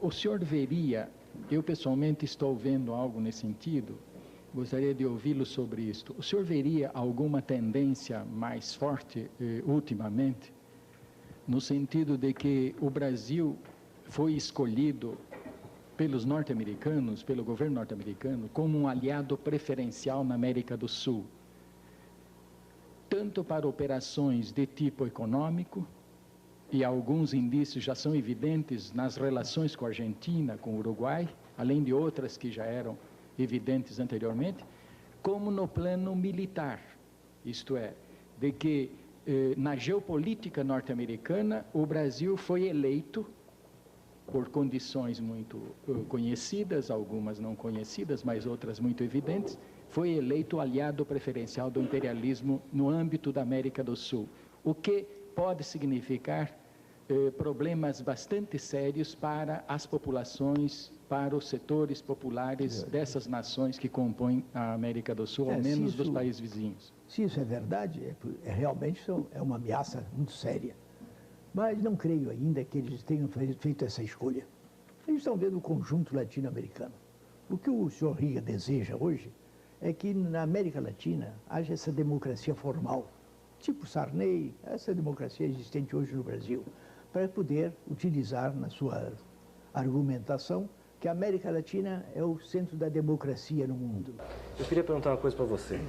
A gente já tocou aqui, você tocou em alguns assuntos que são tabus.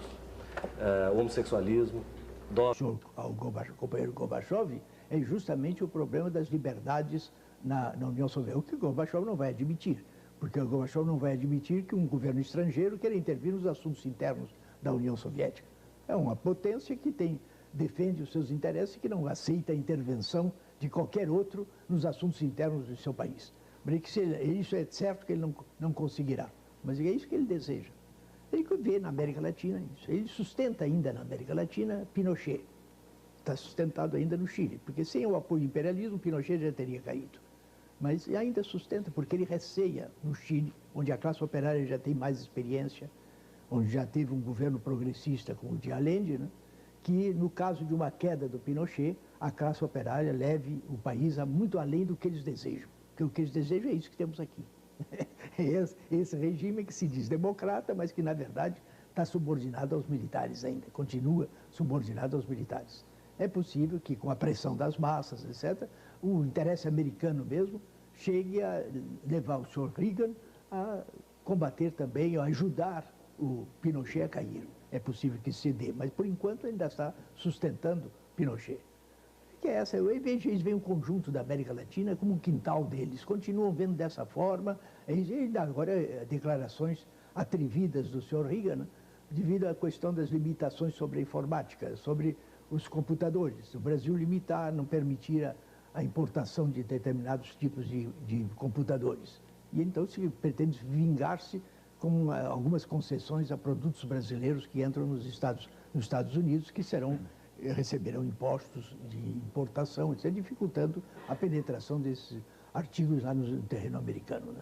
É isso que eu vejo mais em conjunto. Não vejo fazer do Brasil um aliado preferencial. Eu não creio que ainda não há elemento suficiente para dizermos isso. Pelo menos não vejo. Né? Mas há indícios de que setores do governo brasileiro já estiveram presentes na derrubada do governo Torres, na Bolívia, diversos já estiveram. Na queda do governo Allende e provavelmente em muitas outras operações ocorridas em outros países. Quando o Gaddafi manda 3 aviões com presente de armamento aos sandinistas na Nicarágua, o governo brasileiro interrompe o voo aqui no Brasil e devolve à Líbia o armamento que havia. Por isso nós podemos ver a quem é que eles vendem armamento. Eles só vendem armamento da indústria que eles têm hoje no Brasil, que já tem uma indústria relativamente desenvolvida, só vendem a governos reacionários. Não vendem absolutamente a nenhum governo progressista, revolucionário, eles não vendem armamento. Senhor Prestes, a próxima pergunta que eu gostaria que o senhor respondesse é do jornalista Luiz Gonzalez, por favor. Senador, eu queria saber quem é que o senhor apoia nas eleições para governador em São Paulo e no Rio. No Rio e em São Paulo. Em São Paulo não apoio nenhum. Por que razão, senador? Não vejo nenhum interesse em apoiar nenhum candidato. Porque apoiar candidato é para ser vitorioso, né? Eu não gosto de apoiar para ser derrotado, né? Eu não tenho esperança nenhuma. Então, o candidato da sua predileção seria derrotado? Não, que o candidato do PT, por exemplo. Porque eu vejo hoje no Brasil, já disse de início, né, 2 partidos que não estão comprometidos com o governo federal, que é o PDT de Brizola e o PT do Lula. Os outros todos estão comprometidos com o governo federal. O senhor não vê nenhum caráter progressista no PMDB? No PMDB? Não, o PMDB hoje é um partido do governo. O presidente de honra dele é o senhor Sarney. Mas não obstante isso, o senhor não vê nenhum caráter progressista no PMDB em alguns estados? O PMDB era um partido de oposição até 82. Em 82 ainda era um partido de oposição. Hoje é um partido do governo. Porque todos esses partidos, Frente Liberal do senhor Aureliano, PDS, PCB, PCdoB, todos são partidos hoje do governo. Estão todos eles comprometidos com essa política do senhor Sarney, que visa descarregar todas as dificuldades da crise nas costas dos trabalhadores. Essa que é a realidade. Só vejo o salário. O governo Sarney aumentou o salário? Não, diminuiu. Novamente, porque toda a política dos militares foi de redução do salário real. Desde o senhor Castelo Branco, que apoiou um programa salarial de redução, arroxo salarial, dizíamos nós comunistas, do senhor Roberto Campos, que era o ministro da Planificação. E depois vem sendo sempre reduzido o salário real. O senhor apoia o congelamento de preços? O senhor apoia o congelamento de preços? Não, eu acho que todo o povo apoia. Naquele momento em que ele congelou, deixou que subisse bem alto, provocado pelo próprio decreto anterior do senhor Funaro, que era um decreto que criava uma sobretaxa sobre o imposto de renda. É claro que os empresários descarregaram esse imposto no preço da produção. E de um mês para outro, a inflação subiu anual de 220% a 400%. Então, quando a inflação chegou bem alta, aí que ele congelou. É claro que teve o apoio da nação inteira, porque a nação já protestava contra o encarecimento do custo de vida, diariamente, quase que diariamente encarecia. O senhor não considera que o PMDB que poderia garantir o congelamento de preços? Não, o PMDB não pode garantir coisa nenhuma desde que está a reboque do governo, está apoiando cegamente o governo do senhor Sarney. Eles estão subordinados a ele. Essa que é ele é o presidente de honra do PMDB, não? Sarney é o presidente de honra do PMDB. Ele era o presidente da PDS.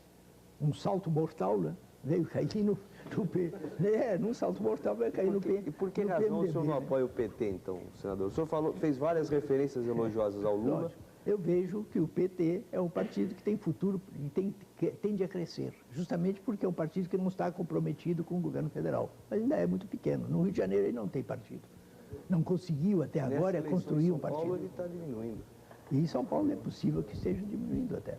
Eu não vejo ainda que esteja diminuindo, mas é possível, né? De maneira que não há motivo nenhum para... Eu não estou aqui em São Paulo, nem votaria aqui em São Paulo em nenhum candidato a governador. Estou apoiando alguns elementos. No Rio, eu apoio o candidato do PDT. Nós estamos aí, nesse sentido, apoiamos os candidatos majoritários do PDT. A governador, o senhor Darcy Ribeiro, e a senadora, o senhor Marcelo Alencar e José Frejá, que são os candidatos a senador. Na Bahia, o senhor tem alguma predileção? Não, nenhuma. Por enquanto, nenhuma. Amigos que eu tenho na Bahia me perguntam em quem votar, porque a situação é muito difícil. Eu digo, a única solução é votar no Valdir, mas só no governador, e não nos candidatos deles, né? Porque, pelo menos, para combater a candidatura do candidato do senhor Antonico Malvadez, aquele que é o Magalhães lá da Bahia, precisa ser derrotado, né? Mas deve ser derrotado. Senador, veja, o senhor faz um raciocínio utilitário, digamos assim, em alguns estados. Justo. Agora, em São Paulo, o senhor se recusa a fazer esse raciocínio. Por que razão? Não, porque não há. Todas as razões em que eu oriento o meu voto são muito concretas, muito práticas em cada local, né? Eu não voto pelas qualidades pessoais de A ou B. Eu não vou examinar os indivíduos. Eu vou examinar a política. Aqui o senhor acha que não há uma luta direita contra a esquerda? Não, absolutamente. É tudo a mesma coisa. Direita contra a direita? A direita e a esquerda muda para a direita muda para a esquerda, né? Essas mudanças são... O senhor Maluf, o senhor Emílio, o senhor Quercia são a mesma coisa? Isso é tudo mais ou menos a mesma coisa. O Maluf transformou-se, quando quiseram fazer de Tancredo um santo, era necessário criar o diabo do outro lado. Então fizeram do Maluf o diabo, né? Ele passou a ser, na opinião pública, passou a ser o diabo, né?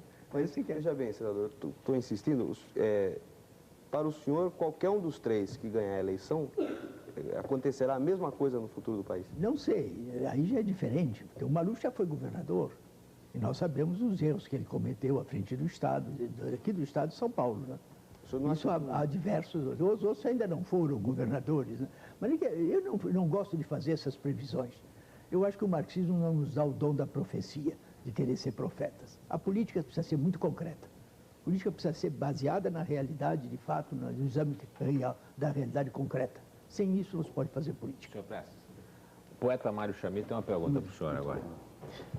Eu estava pensando em pedir licença ao senador para fazer uma pergunta de caráter mais ou menos pessoal, pelas citações que fez de Tolstói, Dostoiévski, e como no Brasil o senhor é um personagem legendário, tratado por um escritor como o Jorge Amado, eu gostaria de saber do senhor qual Jorge Amado o senhor prefere, ou se o senhor gosta dos dois, o Jorge Amado empenhado, dos Subterrâneos da Liberdade, ou o Jorge Amado de Gabriela Cravo Canela. Mas antes do senhor conversar ou responder sobre isso, eu gostaria, apanhando o diálogo que o senhor acabou de estabelecer com o Gonzalez, de perguntar ao senhor o seguinte: em que o senhor estaria se baseando para afirmar, como afirmou recentissimamente numa revista brasileira, que os dois partidos que realmente têm tendência a crescer no cenário político brasileiro são o PT e o PDT?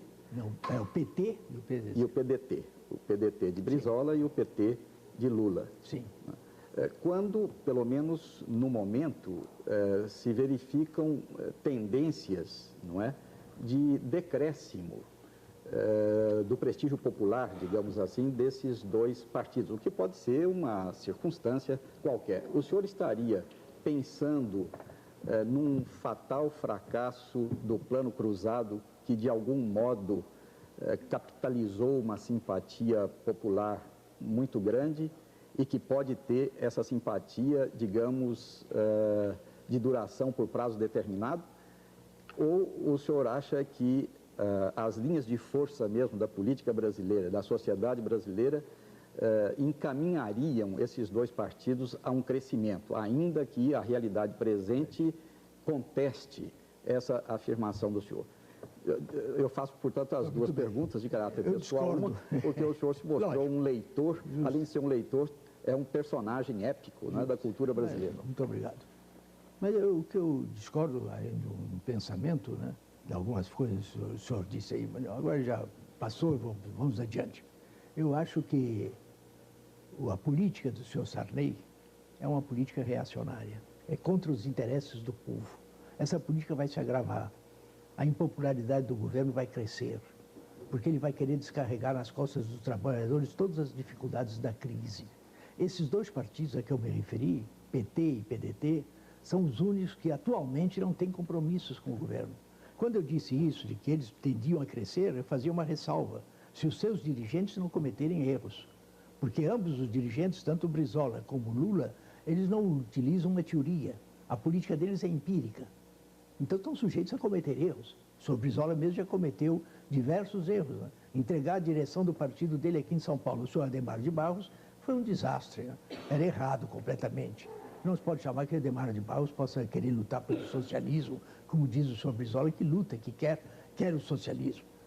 Tanto que agora houve a convenção e a maior parte da convenção votou no Maluf, do PDT, do partido do senhor Brizola. Né? Não vejo que o PT tenha diminuído. É possível que aqui, porque nós podemos nos guiar pela imprensa. Se o senhor lê o Globo, parece que o Brizola não tem mais nada. E não é verdade isso. Ele tem prestígio lá no estado do Rio de Janeiro. Sim, dá. Vai ganhar. Com a influência que ele tem lá dentro, não há dúvida nenhuma. Isso já desde a eleição de prefeito. Quando surgiu a candidatura do senhor Saturnino Braga para prefeito do Rio de Janeiro, a mim não parecia a melhor candidatura. Porque ele era um homem de gabinete, difícil de levantar como candidato a prefeito da cidade.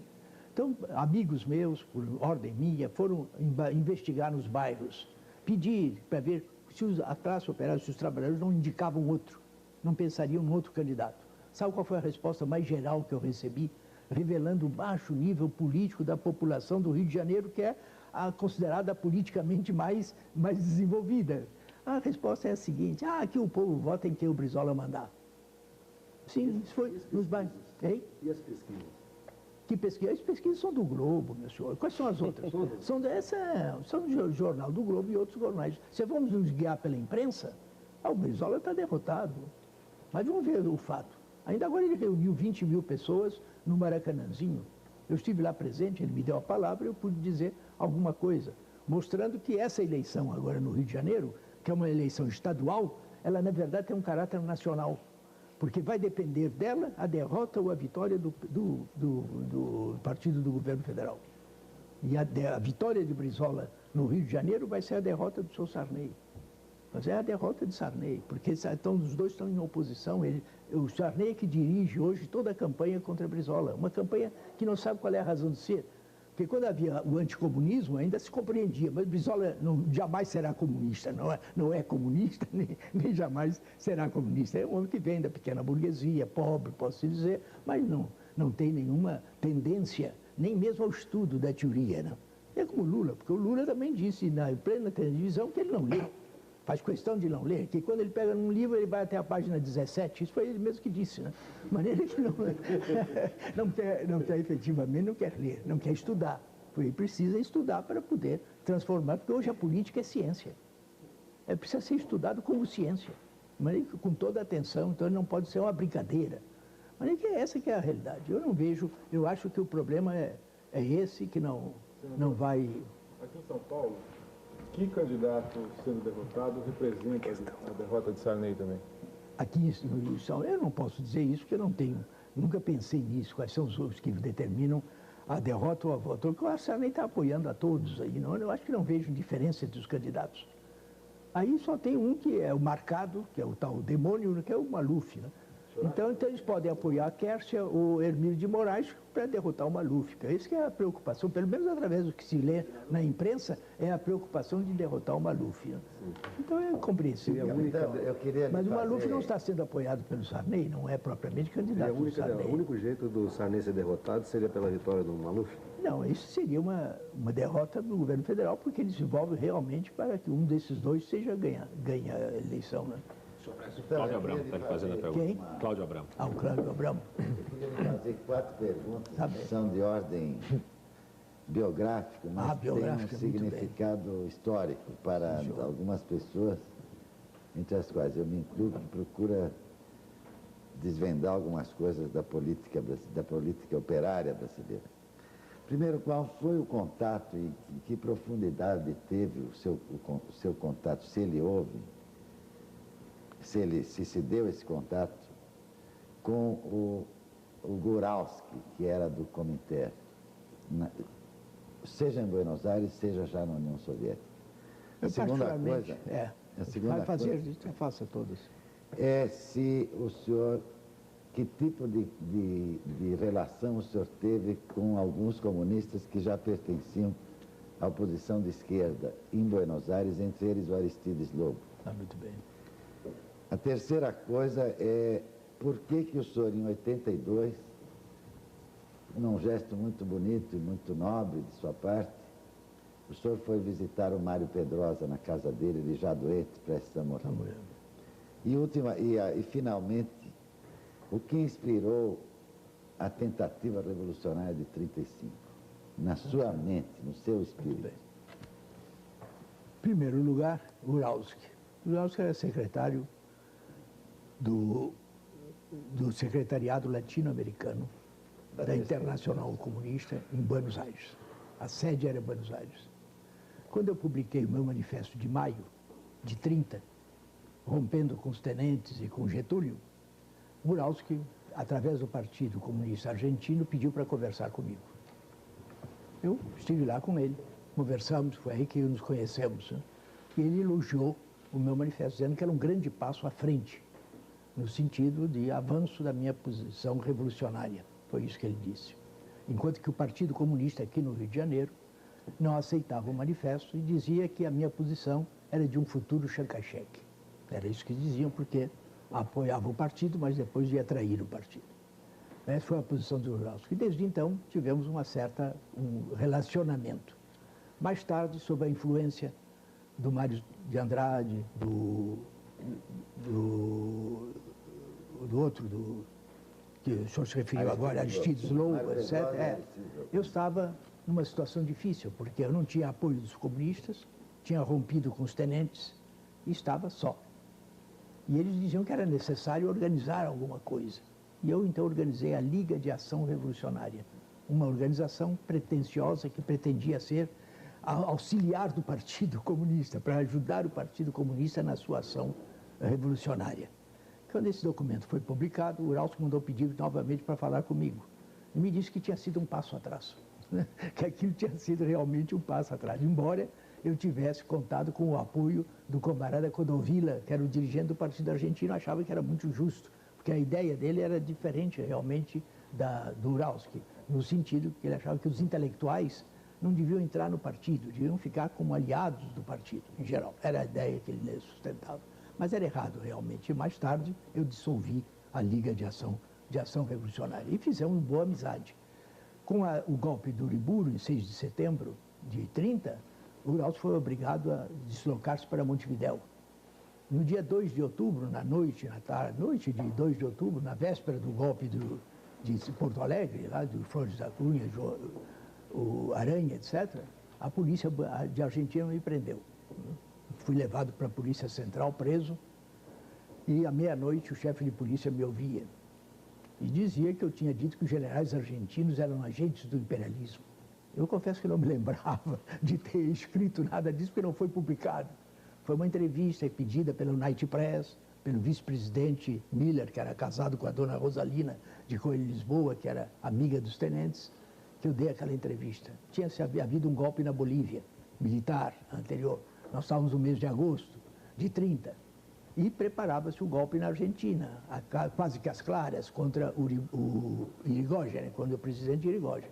Então eu disse realmente que os generais bolivianos estavam a serviço do imperialismo e fizeram aquele golpe a serviço do imperialismo norte-americano. E que na Argentina se preparava a mesma coisa, semelhante.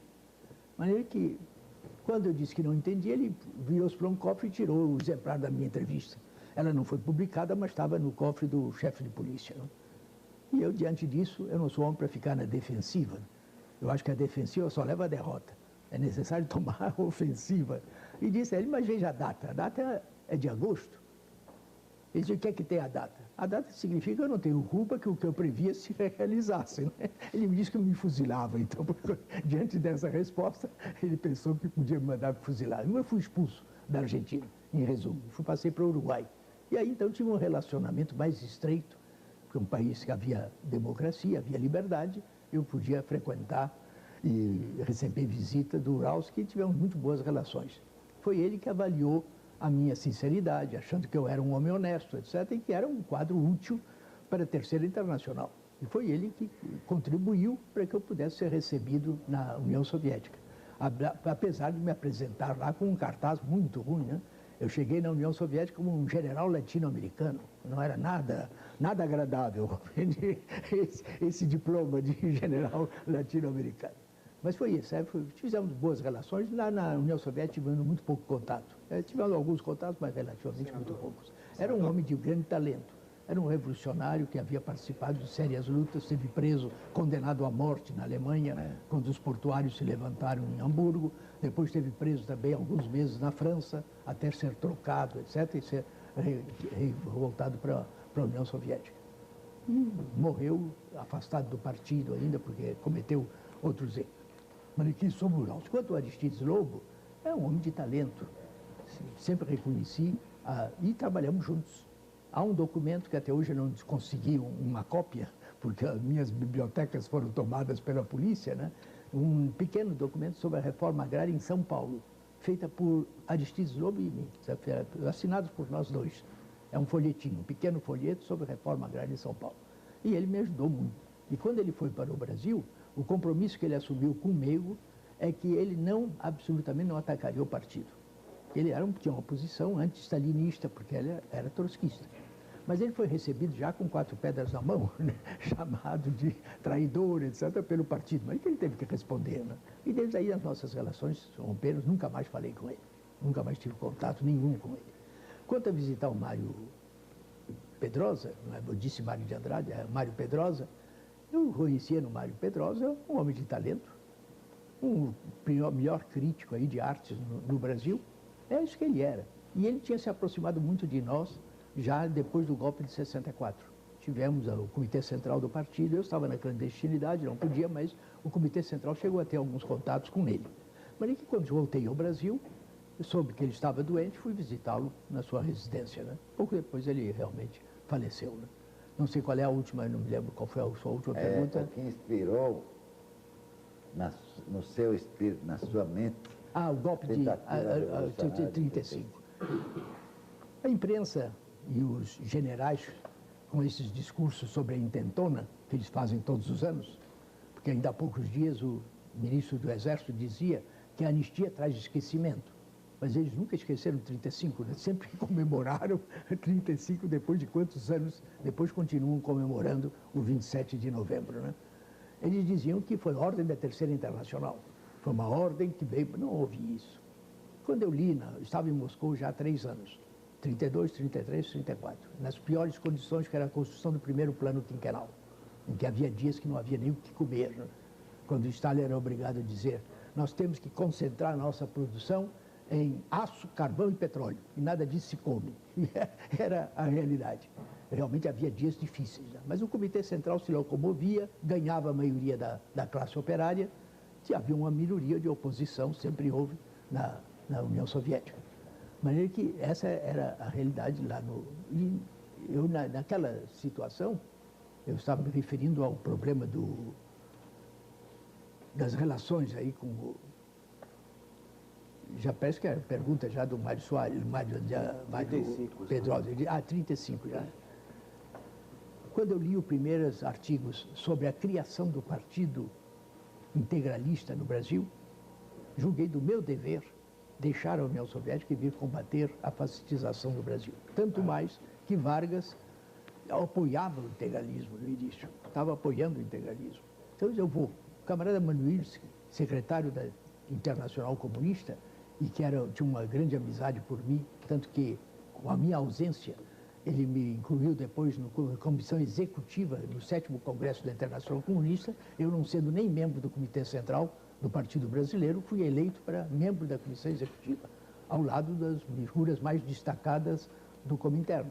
ao lado de Toré e de outros que eram membros desse, Togliatti e outros.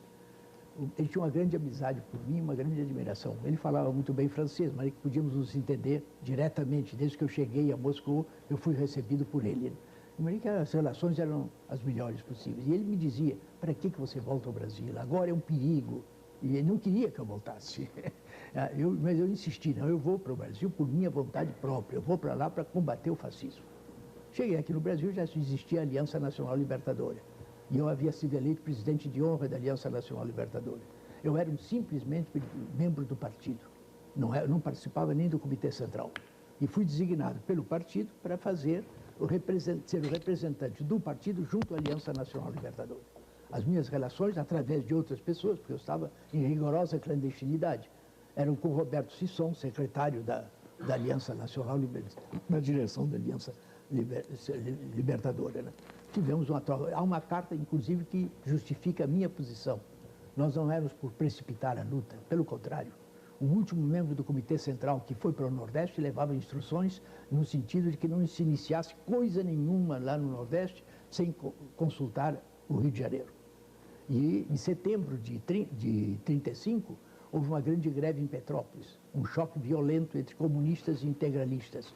E Sisson, Roberto Sisson, escrevia dizendo que tinha chegado a hora e que tínhamos que nos movimentar para fazer a luta armada contra o governo de Vargas. E eu respondi a ele numa carta que está incluída naquele livro Problemas da Democracia, Atuais da Democracia.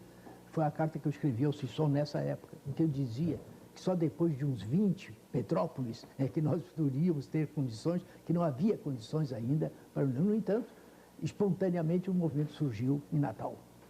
E arrebentando em Natal, teve o apoio no Rio Grande do Recife, e nós chegamos aqui numa situação informados de que tínhamos bases em quase todos os quartéis, que era o que o Miranda nos informava, e nós pensamos que era necessário apoiar aquela luta, não deixar os companheiros do Nordeste sozinhos, e apoiamos. Foi o golpe de 27 de novembro, aqui no Rio de Janeiro, preparado com grande atraso, porque as tropas já estavam de prontidão, etc. Mas ele foi um desastre, foi uma derrota rápida, devido justamente a isso. Né?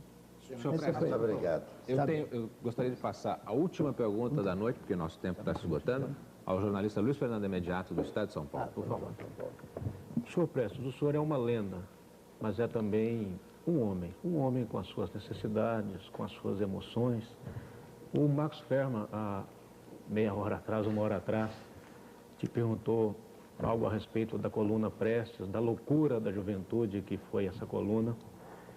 E eu me lembro que os jovens desse país, jovens burgueses, no final dos anos 60, início dos 70, também fizeram uma loucura que foi acreditar numa revolução armada, num momento em que não conseguiram avaliar a realidade brasileira. Mas a minha pergunta, na verdade, eu vou te pedir permissão para fazer uma pergunta não política, não ideológica, uma pergunta mais pessoal.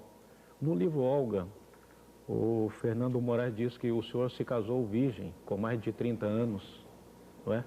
Numa época, talvez, em que havia líderes nesse país que abdicavam das suas necessidades e faziam tudo pela causa revolucionária. Como é que o senhor hoje, nessa idade, num país que mudou, no mundo que mudou, como é que o senhor vê essa mudança de costumes, a juventude, as drogas, uma sociedade que é, sem dúvida, mais permissiva, não repressiva como a da sua época e ao mesmo tempo está cada vez mais distante o seu sonho de uma revolução libertadora?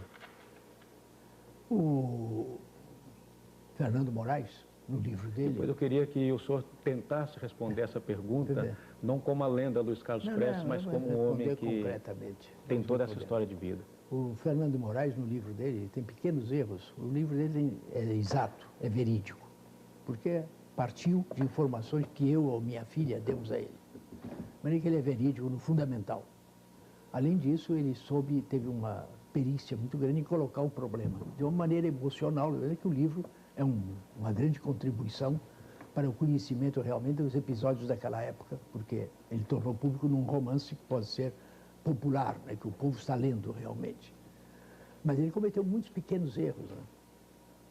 Entre eles, a gente vai sacando assim sobre o futuro sem ter suficientes informações. Realmente eu era solteiro, eu não me casei. Eu só fui me casar já depois de 30 e poucos anos, porque a minha preocupação era assim, melhorar a situação de vida da minha mãe e das minhas irmãs. Eu era órfão desde 10 anos de idade. Eu tinha responsabilidade como homem. As minhas irmãs eram todas mulheres, 4 irmãs, e viviam com dificuldades muito grandes, né? Eu só fiz o curso da escola militar porque a minha mãe insistiu. Ela dizia, não, você faz, são mais 3 anos, nós vencemos esses 3 anos, e depois de 3 anos você está aspirante, etc., vai melhorar. E realmente melhorou a vida, né? Só com os vencimentos de aspirante, já o salário, o orçamento doméstico multiplicou por 3, porque o meu vencimento de aspirante era 2 vezes o que ela vivia. Mas isso que era... Então eu era solteiro e realmente me casei com a Olga na viagem que fizemos de lá da Europa para o Brasil. Agora, quanto a essa situação, isso é a crise do próprio capitalismo. Quer dizer, o capitalismo está em processo... Mas era virgem mesmo? Não, já tinha naturalmente algum contato, já podia ter, não cabe a mim desenvolver esse assunto. De maneira que o problema foi dessas coisas sacadas por um escritor que gosta de fazer sensação, né, naturalmente, para o livro ser sensacional. Mas isso é compreensível.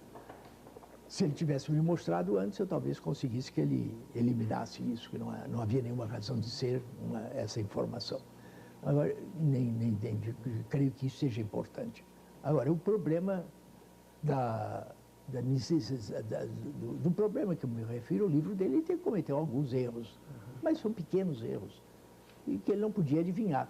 Se ele tivesse me apresentado o livro antes de mandar o prelo, como ele tinha prometido, eu podia ter corrigido isso. E numa próxima edição ele pode, talvez, corrigir pequenos erros para salvaguardar a verdade histórica, porque o livro é verdadeiro, é verídico. Disso e continua, então, na resposta que o senhor começou a dar sobre a relação hoje. De maneira que essa é a minha resposta, não é? Se mais alguma pergunta sua sobre... O senhor começou a responder, mas não terminou. A situação hoje da sociedade. É a consequência da decadência do capitalismo. O capitalismo está em crise, uma crise geral que vem desde a Revolução Soviética de 1917. E essa crise está se acentuando cada vez mais. Veja a situação na Europa hoje. 30 milhões de sem trabalho. E os economistas burgueses dizem que antes de terminar a década serão 40 e que antes do fim do século serão 60. O capitalismo já está incompatível com a revolução científica e técnica. Porque a revolução científica e técnica gera as novas armas, as novas máquinas, e cada máquina que entra na produção são dezenas, centenas, milhares de operários sem trabalho. Essa falta de trabalho é fruto do desenvolvimento da ciência e do fornecimento, da mecanização da indústria. Essa mecanização gera a falta de trabalho, né? E isso mostra a incompatibilidade já do capitalismo. É necessária uma nova sociedade. Se um homem como Lula, né, diz que precisamos de um novo regime, já mostra que é o que sente a classe operária da grande empresa. Porque o operário da grande empresa já não tem como em 45, a maior parte do proletariado paulista em 45 pensava ser dono da fábrica, que a fábrica era pequena, média. Então ele pensava que ainda podia ser dono, e alguns se transformaram realmente em patrões. Houve alguns que eu conhecia que eram comunistas e tinham uma fábrica com 400 operários. Senador, olha, Prestes sem partido parece tão estranho quanto Picasso sem a pintura. O senhor é um homem solitário hoje por não ter um partido? Não sou solitário porque tenho muitos amigos. Eu rompi com o Comitê Central de uma maneira pessoal, individual, não quis comprometer ninguém. Na Carta aos Comunistas eu me dirigi ao partido expondo a minha posição e sem convidar ninguém a me acompanhar. No entanto, tenho pelo Brasil afora numerosos amigos que dizem que estão de acordo comigo. Muitas vezes estão de acordo no começo, depois rompem, né? Os 3 candidatos que eu apoiei, por exemplo, em 82. O único compromisso que eles tinham comigo é um compromisso moral, porque nós não temos estatuto nenhuma burocracia para limitar a posição de cada um. Mas depois cada um deles seguiu o caminho que quis, individual, e rompeu comigo. Começou pelo Pereira, lá, vereador no Rio de Janeiro, né, que inclinou-se para o PCB. Depois o Chua e o Dornelles foram votar no colégio eleitoral, no qual eu era contra. Eu achava que não deviam utilizar aquela hora para fazer uma declaração de voto contra o colégio eleitoral. Mas aí que eu tive que publicar com muita gentileza uma declaração de que eu repudiava aquela posição deles.